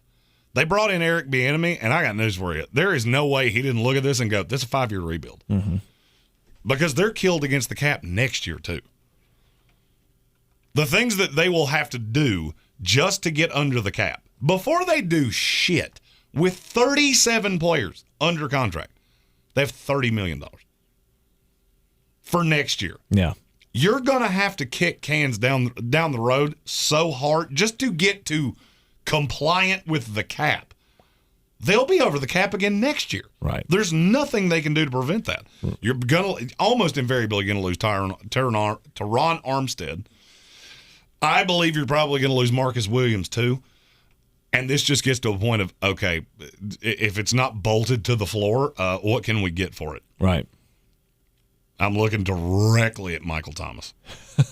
Well, I mean, I think that situation has been coming to a head anyway. Well, man, but he's not the only one. Marshawn Lattimore, Cameron Jordan. If anybody would take the deal, Alvin Kamara. Mm-hmm. I would look to move them all. Because you're not going to be good, and you're incredibly expensive, and the longer you do, this year's coming. There is going to be a year where they have dead cap space that's in the $70 to $80 million range. No way you can get around it. Right. It's just there's nothing you can do. This is everybody talks about Tampa doing this. Well, this year's coming for them as well. Mm-hmm. Might be this year. Well, they might just tap out on it and go, screw it. Let Kyle Trask throw to Tyler Johnson and Scotty Miller. Oh. It's Please don't do that. More possible than you think. Please don't do that. The New Orleans Saints, though, so they're going to have to do something in the draft because you got no money to spend in free agency. Yeah, I've been told that they will be aggressive trying to pursue quarterbacks. I just don't know how. You have no ammo whatsoever. Right. And who's the quarterback that you're going to move for? I mean, are you going to move to go get Malik Willis, who you're going to surround with nothing? That's not a long-term play. They could steal Kenny Pickett in front of Pittsburgh. And Kenny Pickett with what New Orleans will be able to put around him is not going to be good. Kenny Pickett needs a situation similar to Pittsburgh, where he's going to have 3 high-level weapons. Mm-hmm. And you got to realize they're not going to have Teron Armstead because he's going to be really expensive. And he's older, and you're going to have the money to pay him. So he's going to walk out the door for nothing. Now, the good thing of that is since you're going to have to stay out of free agency, they may break a record for most compensatory picks. They may break the formula in comp picks next year. And this is a good front office. Mm-hmm. So, I mean, I don't think it's as dire as I've made it sound here. It's just at some point you're going to have to swallow the frog. And to me, this is the time to do it. When you've got Trevor Siemian, Jameis Winston, Taysom Hill, some triumvirate of that is your – yeah, fuck off. Just completely discounting Ian Book. The disrespect. Ian Book sucks. The disrespect. If there was one quarterback that was more runny diarrhea than Jordan Love this year, Ian Book. They have their full complement of picks, including an extra pick in the 4th round. So lots that they can do in the draft for the New Orleans Saints. But yeah, this is a massive, massive rebuild coming at some point for this team. Glad Dennis Allen got the job. I think keeping them was the right call. I mean, I do too. I didn't want Aaron Glenn to take this as his shot at being a head coach. Mm-hmm. Because literally short of divine intervention, this team will not win more than 6 games the next 3 years. And Sean Payton saw that. Yeah. Sean Payton is going to Amazon or going to Aruba for a reason. You've been calling for the downfall of this next team for quite a while. Mm-hmm. And ended up being pretty right about it. The Seattle Seahawks in the NFC West, worst team in the division. Not even close. This year has proven that. And the question is, what are they going to do this upcoming season? Obviously, the number one question for the offseason is Russell Wilson. What are we going to do with him? Is he coming back? Can we trade him? What do you think happens? Oh, Russ is not going anywhere. Russ is stuck. Let me ask you a question about Seattle. Okay. How many players on this team, either side of the ball, did they have that were top 10 in their position, at their position in the NFL? One. It is one. Okay. I couldn't tell you who it is. That's it. I mean, they've got a few that are in the 12 to 20 range, but even then, it's just Tyler Lockett, DK Metcalf. Dwayne Brown was middle of the pack at tackle. Really? I mean, it's the one that they had was DJ Reed. That's it. They had no one else that was in the top 10. He was 8 among corners. Okay. Sidney Jones was okay. Bad thing is you overpaid for Jamal Adams. I told you when you made this move, this is going to facilitate your downfall. Because wouldn't it be nice if you had that 10th pick to, I don't know, add a tackle that could save Russell Wilson from just getting eviscerated? Oh, yeah. Let me ask you another question. There are 32 teams in the NFL. Mm-hmm. How many offensive linemen did the Seattle Seahawks have that were top 32 at their position? I'm going to go 1. It's 0. They didn't have one starting caliber lineman on this team. Oh, Gabe Jackson he was 51. Of 82 qualifying guards, he was 51. According to the PFF Pro Football grade. Focus, yeah. Analytics. I mean, there's no other way to grade linemen. So I've just heard this narrative that, Gabe Jackson was such a great. No, he wasn't. He was pretty much a sieve. I mean, he helped in the run game, but that was about it. Mm-hmm. So I look at Seattle and go, that is a team that is bereft of talent. Eric Miller, one of our great Seahawk fan friends, you nailed that damn Adams deal. It's because I watched him. I watched him for 3 years and went, damn, you're really talented, but by God, you don't contribute to winning at all. Mm-hmm. Here was and I'll tell you the problem I had with Jamal Adams when he was with my Jets. Good Jamal Adams plays did not tend to lead to wins. Best plays I ever seen him have. Best plays I ever saw him have. We tended to lose those games. You're a ball hawk, highest paid safety in the league that never intercepts passes. Mm-hmm. Ever. He's a glorified linebacker. And he's god-awful at times in coverage. And they gave up 2 ones for it. Yeah, and one of them's 10. And I get to see us take that guy, who in my mock draft was Ahmad Sauce Gardner. Well, obviously they wish they had that one back, but it is what it is. You got no first-round draft pick this year, and you're going to have to you're going to have to make some waves. They need to get John Schneider. You got to turn this over to him. I feel like Pete Carroll has had too much say in personnel for a really long time. And I'm not trying to say that Pete's not a smart guy. Pete's a very smart guy. Pete's also a 70-year-old head coach. Mm-hmm. He ain't looking to 3 years from now. He's looking for what can make me the most competitive right now. That's how the Jamal Adams thing happened. Because you look at a Pro Bowl level player and go, that would be a great weapon, and he was a great pass rusher. Mm-hmm. Then you paid him. Well, you got $36 million in cap space this year. Do you happen to know who's not signed in Seattle? Who's that? Dwayne Brown, Quandre Diggs, Rashad Penny, Sidney Jones. That's a lot of guys that you really need to bring back. Rashad's probably going to get stupid money, too. No, he won't. He's running back. Aaron Jones got $8 million. That's all you need to know. Stephen Towle said Jamal Adams has as many interceptions as Vince Wilfork. Yes, he does. And Eric Miller said he's an undersized off-ball linebacker with a bad ego. Yep. He gets 2 bell rings because it's exactly right. The bad thing for Seattle is that they have a quarterback and a head coach that say, we're in win now. And the rest of the roster says rebuild. So you got 2 things that are pulling against each other. Mm-hmm. To me, it would be better for all involved if they could find some way to move on from Russell Wilson. Yes. Post June 1 deal, just know it's going to hurt the cap for a couple years. I think you'd get back 2 1s and probably 2 day 2 picks. Probably get 4 picks for Russell Wilson from a team that thinks that they're Denver, a quarterback away. But is that going to happen? I don't really think so. I don't think Pete Carroll would have come back to coach a team that's being quarterbacked by Sam Howell or Geno Smith.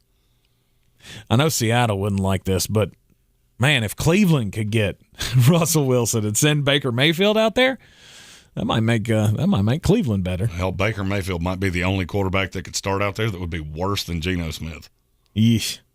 At least he'd still have some weapons. Wouldn't have much of a line, but he'd have some weapons. All right, the Seattle Seahawks, they have finally, Jeremy was right. They have come to the bottom of the NFC West, and I was a year early. Yeah, there's not really a sign that they're going to get any better than that. All right, be sure to join us tomorrow in the third hour of the program, the happy hour. We'll be doing Threadbare Thursday, as always. All of your comments, hot takes, questions, everything will be responded to in the Threadbare Thursday. We'll be back with you at 3 o'clock on ESPN Asheville. Anything else before we go?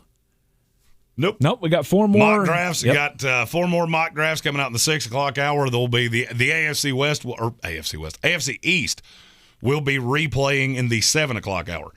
If you just set it on your phone or tablet or laptop, desktop, however you're watching it, and just let it go, they'll run each other. And all you got to do, just click the little thumb, just listen to the info. I go way deep divier in these 7-round drafts than I did last year. We do 3 of these, you'll know every player in the draft by the time it's all said and done. And we know that you've already done this, but don't forget to hit that subscribe button. Share it out with your friends so they can subscribe to the YouTube channel as well. We'll be back with you at 3 o'clock tomorrow on ESPN Asheville and, of course, right here on YouTube. I'm Tank Spencer. He's Jeremy Greene, and we will see you next time.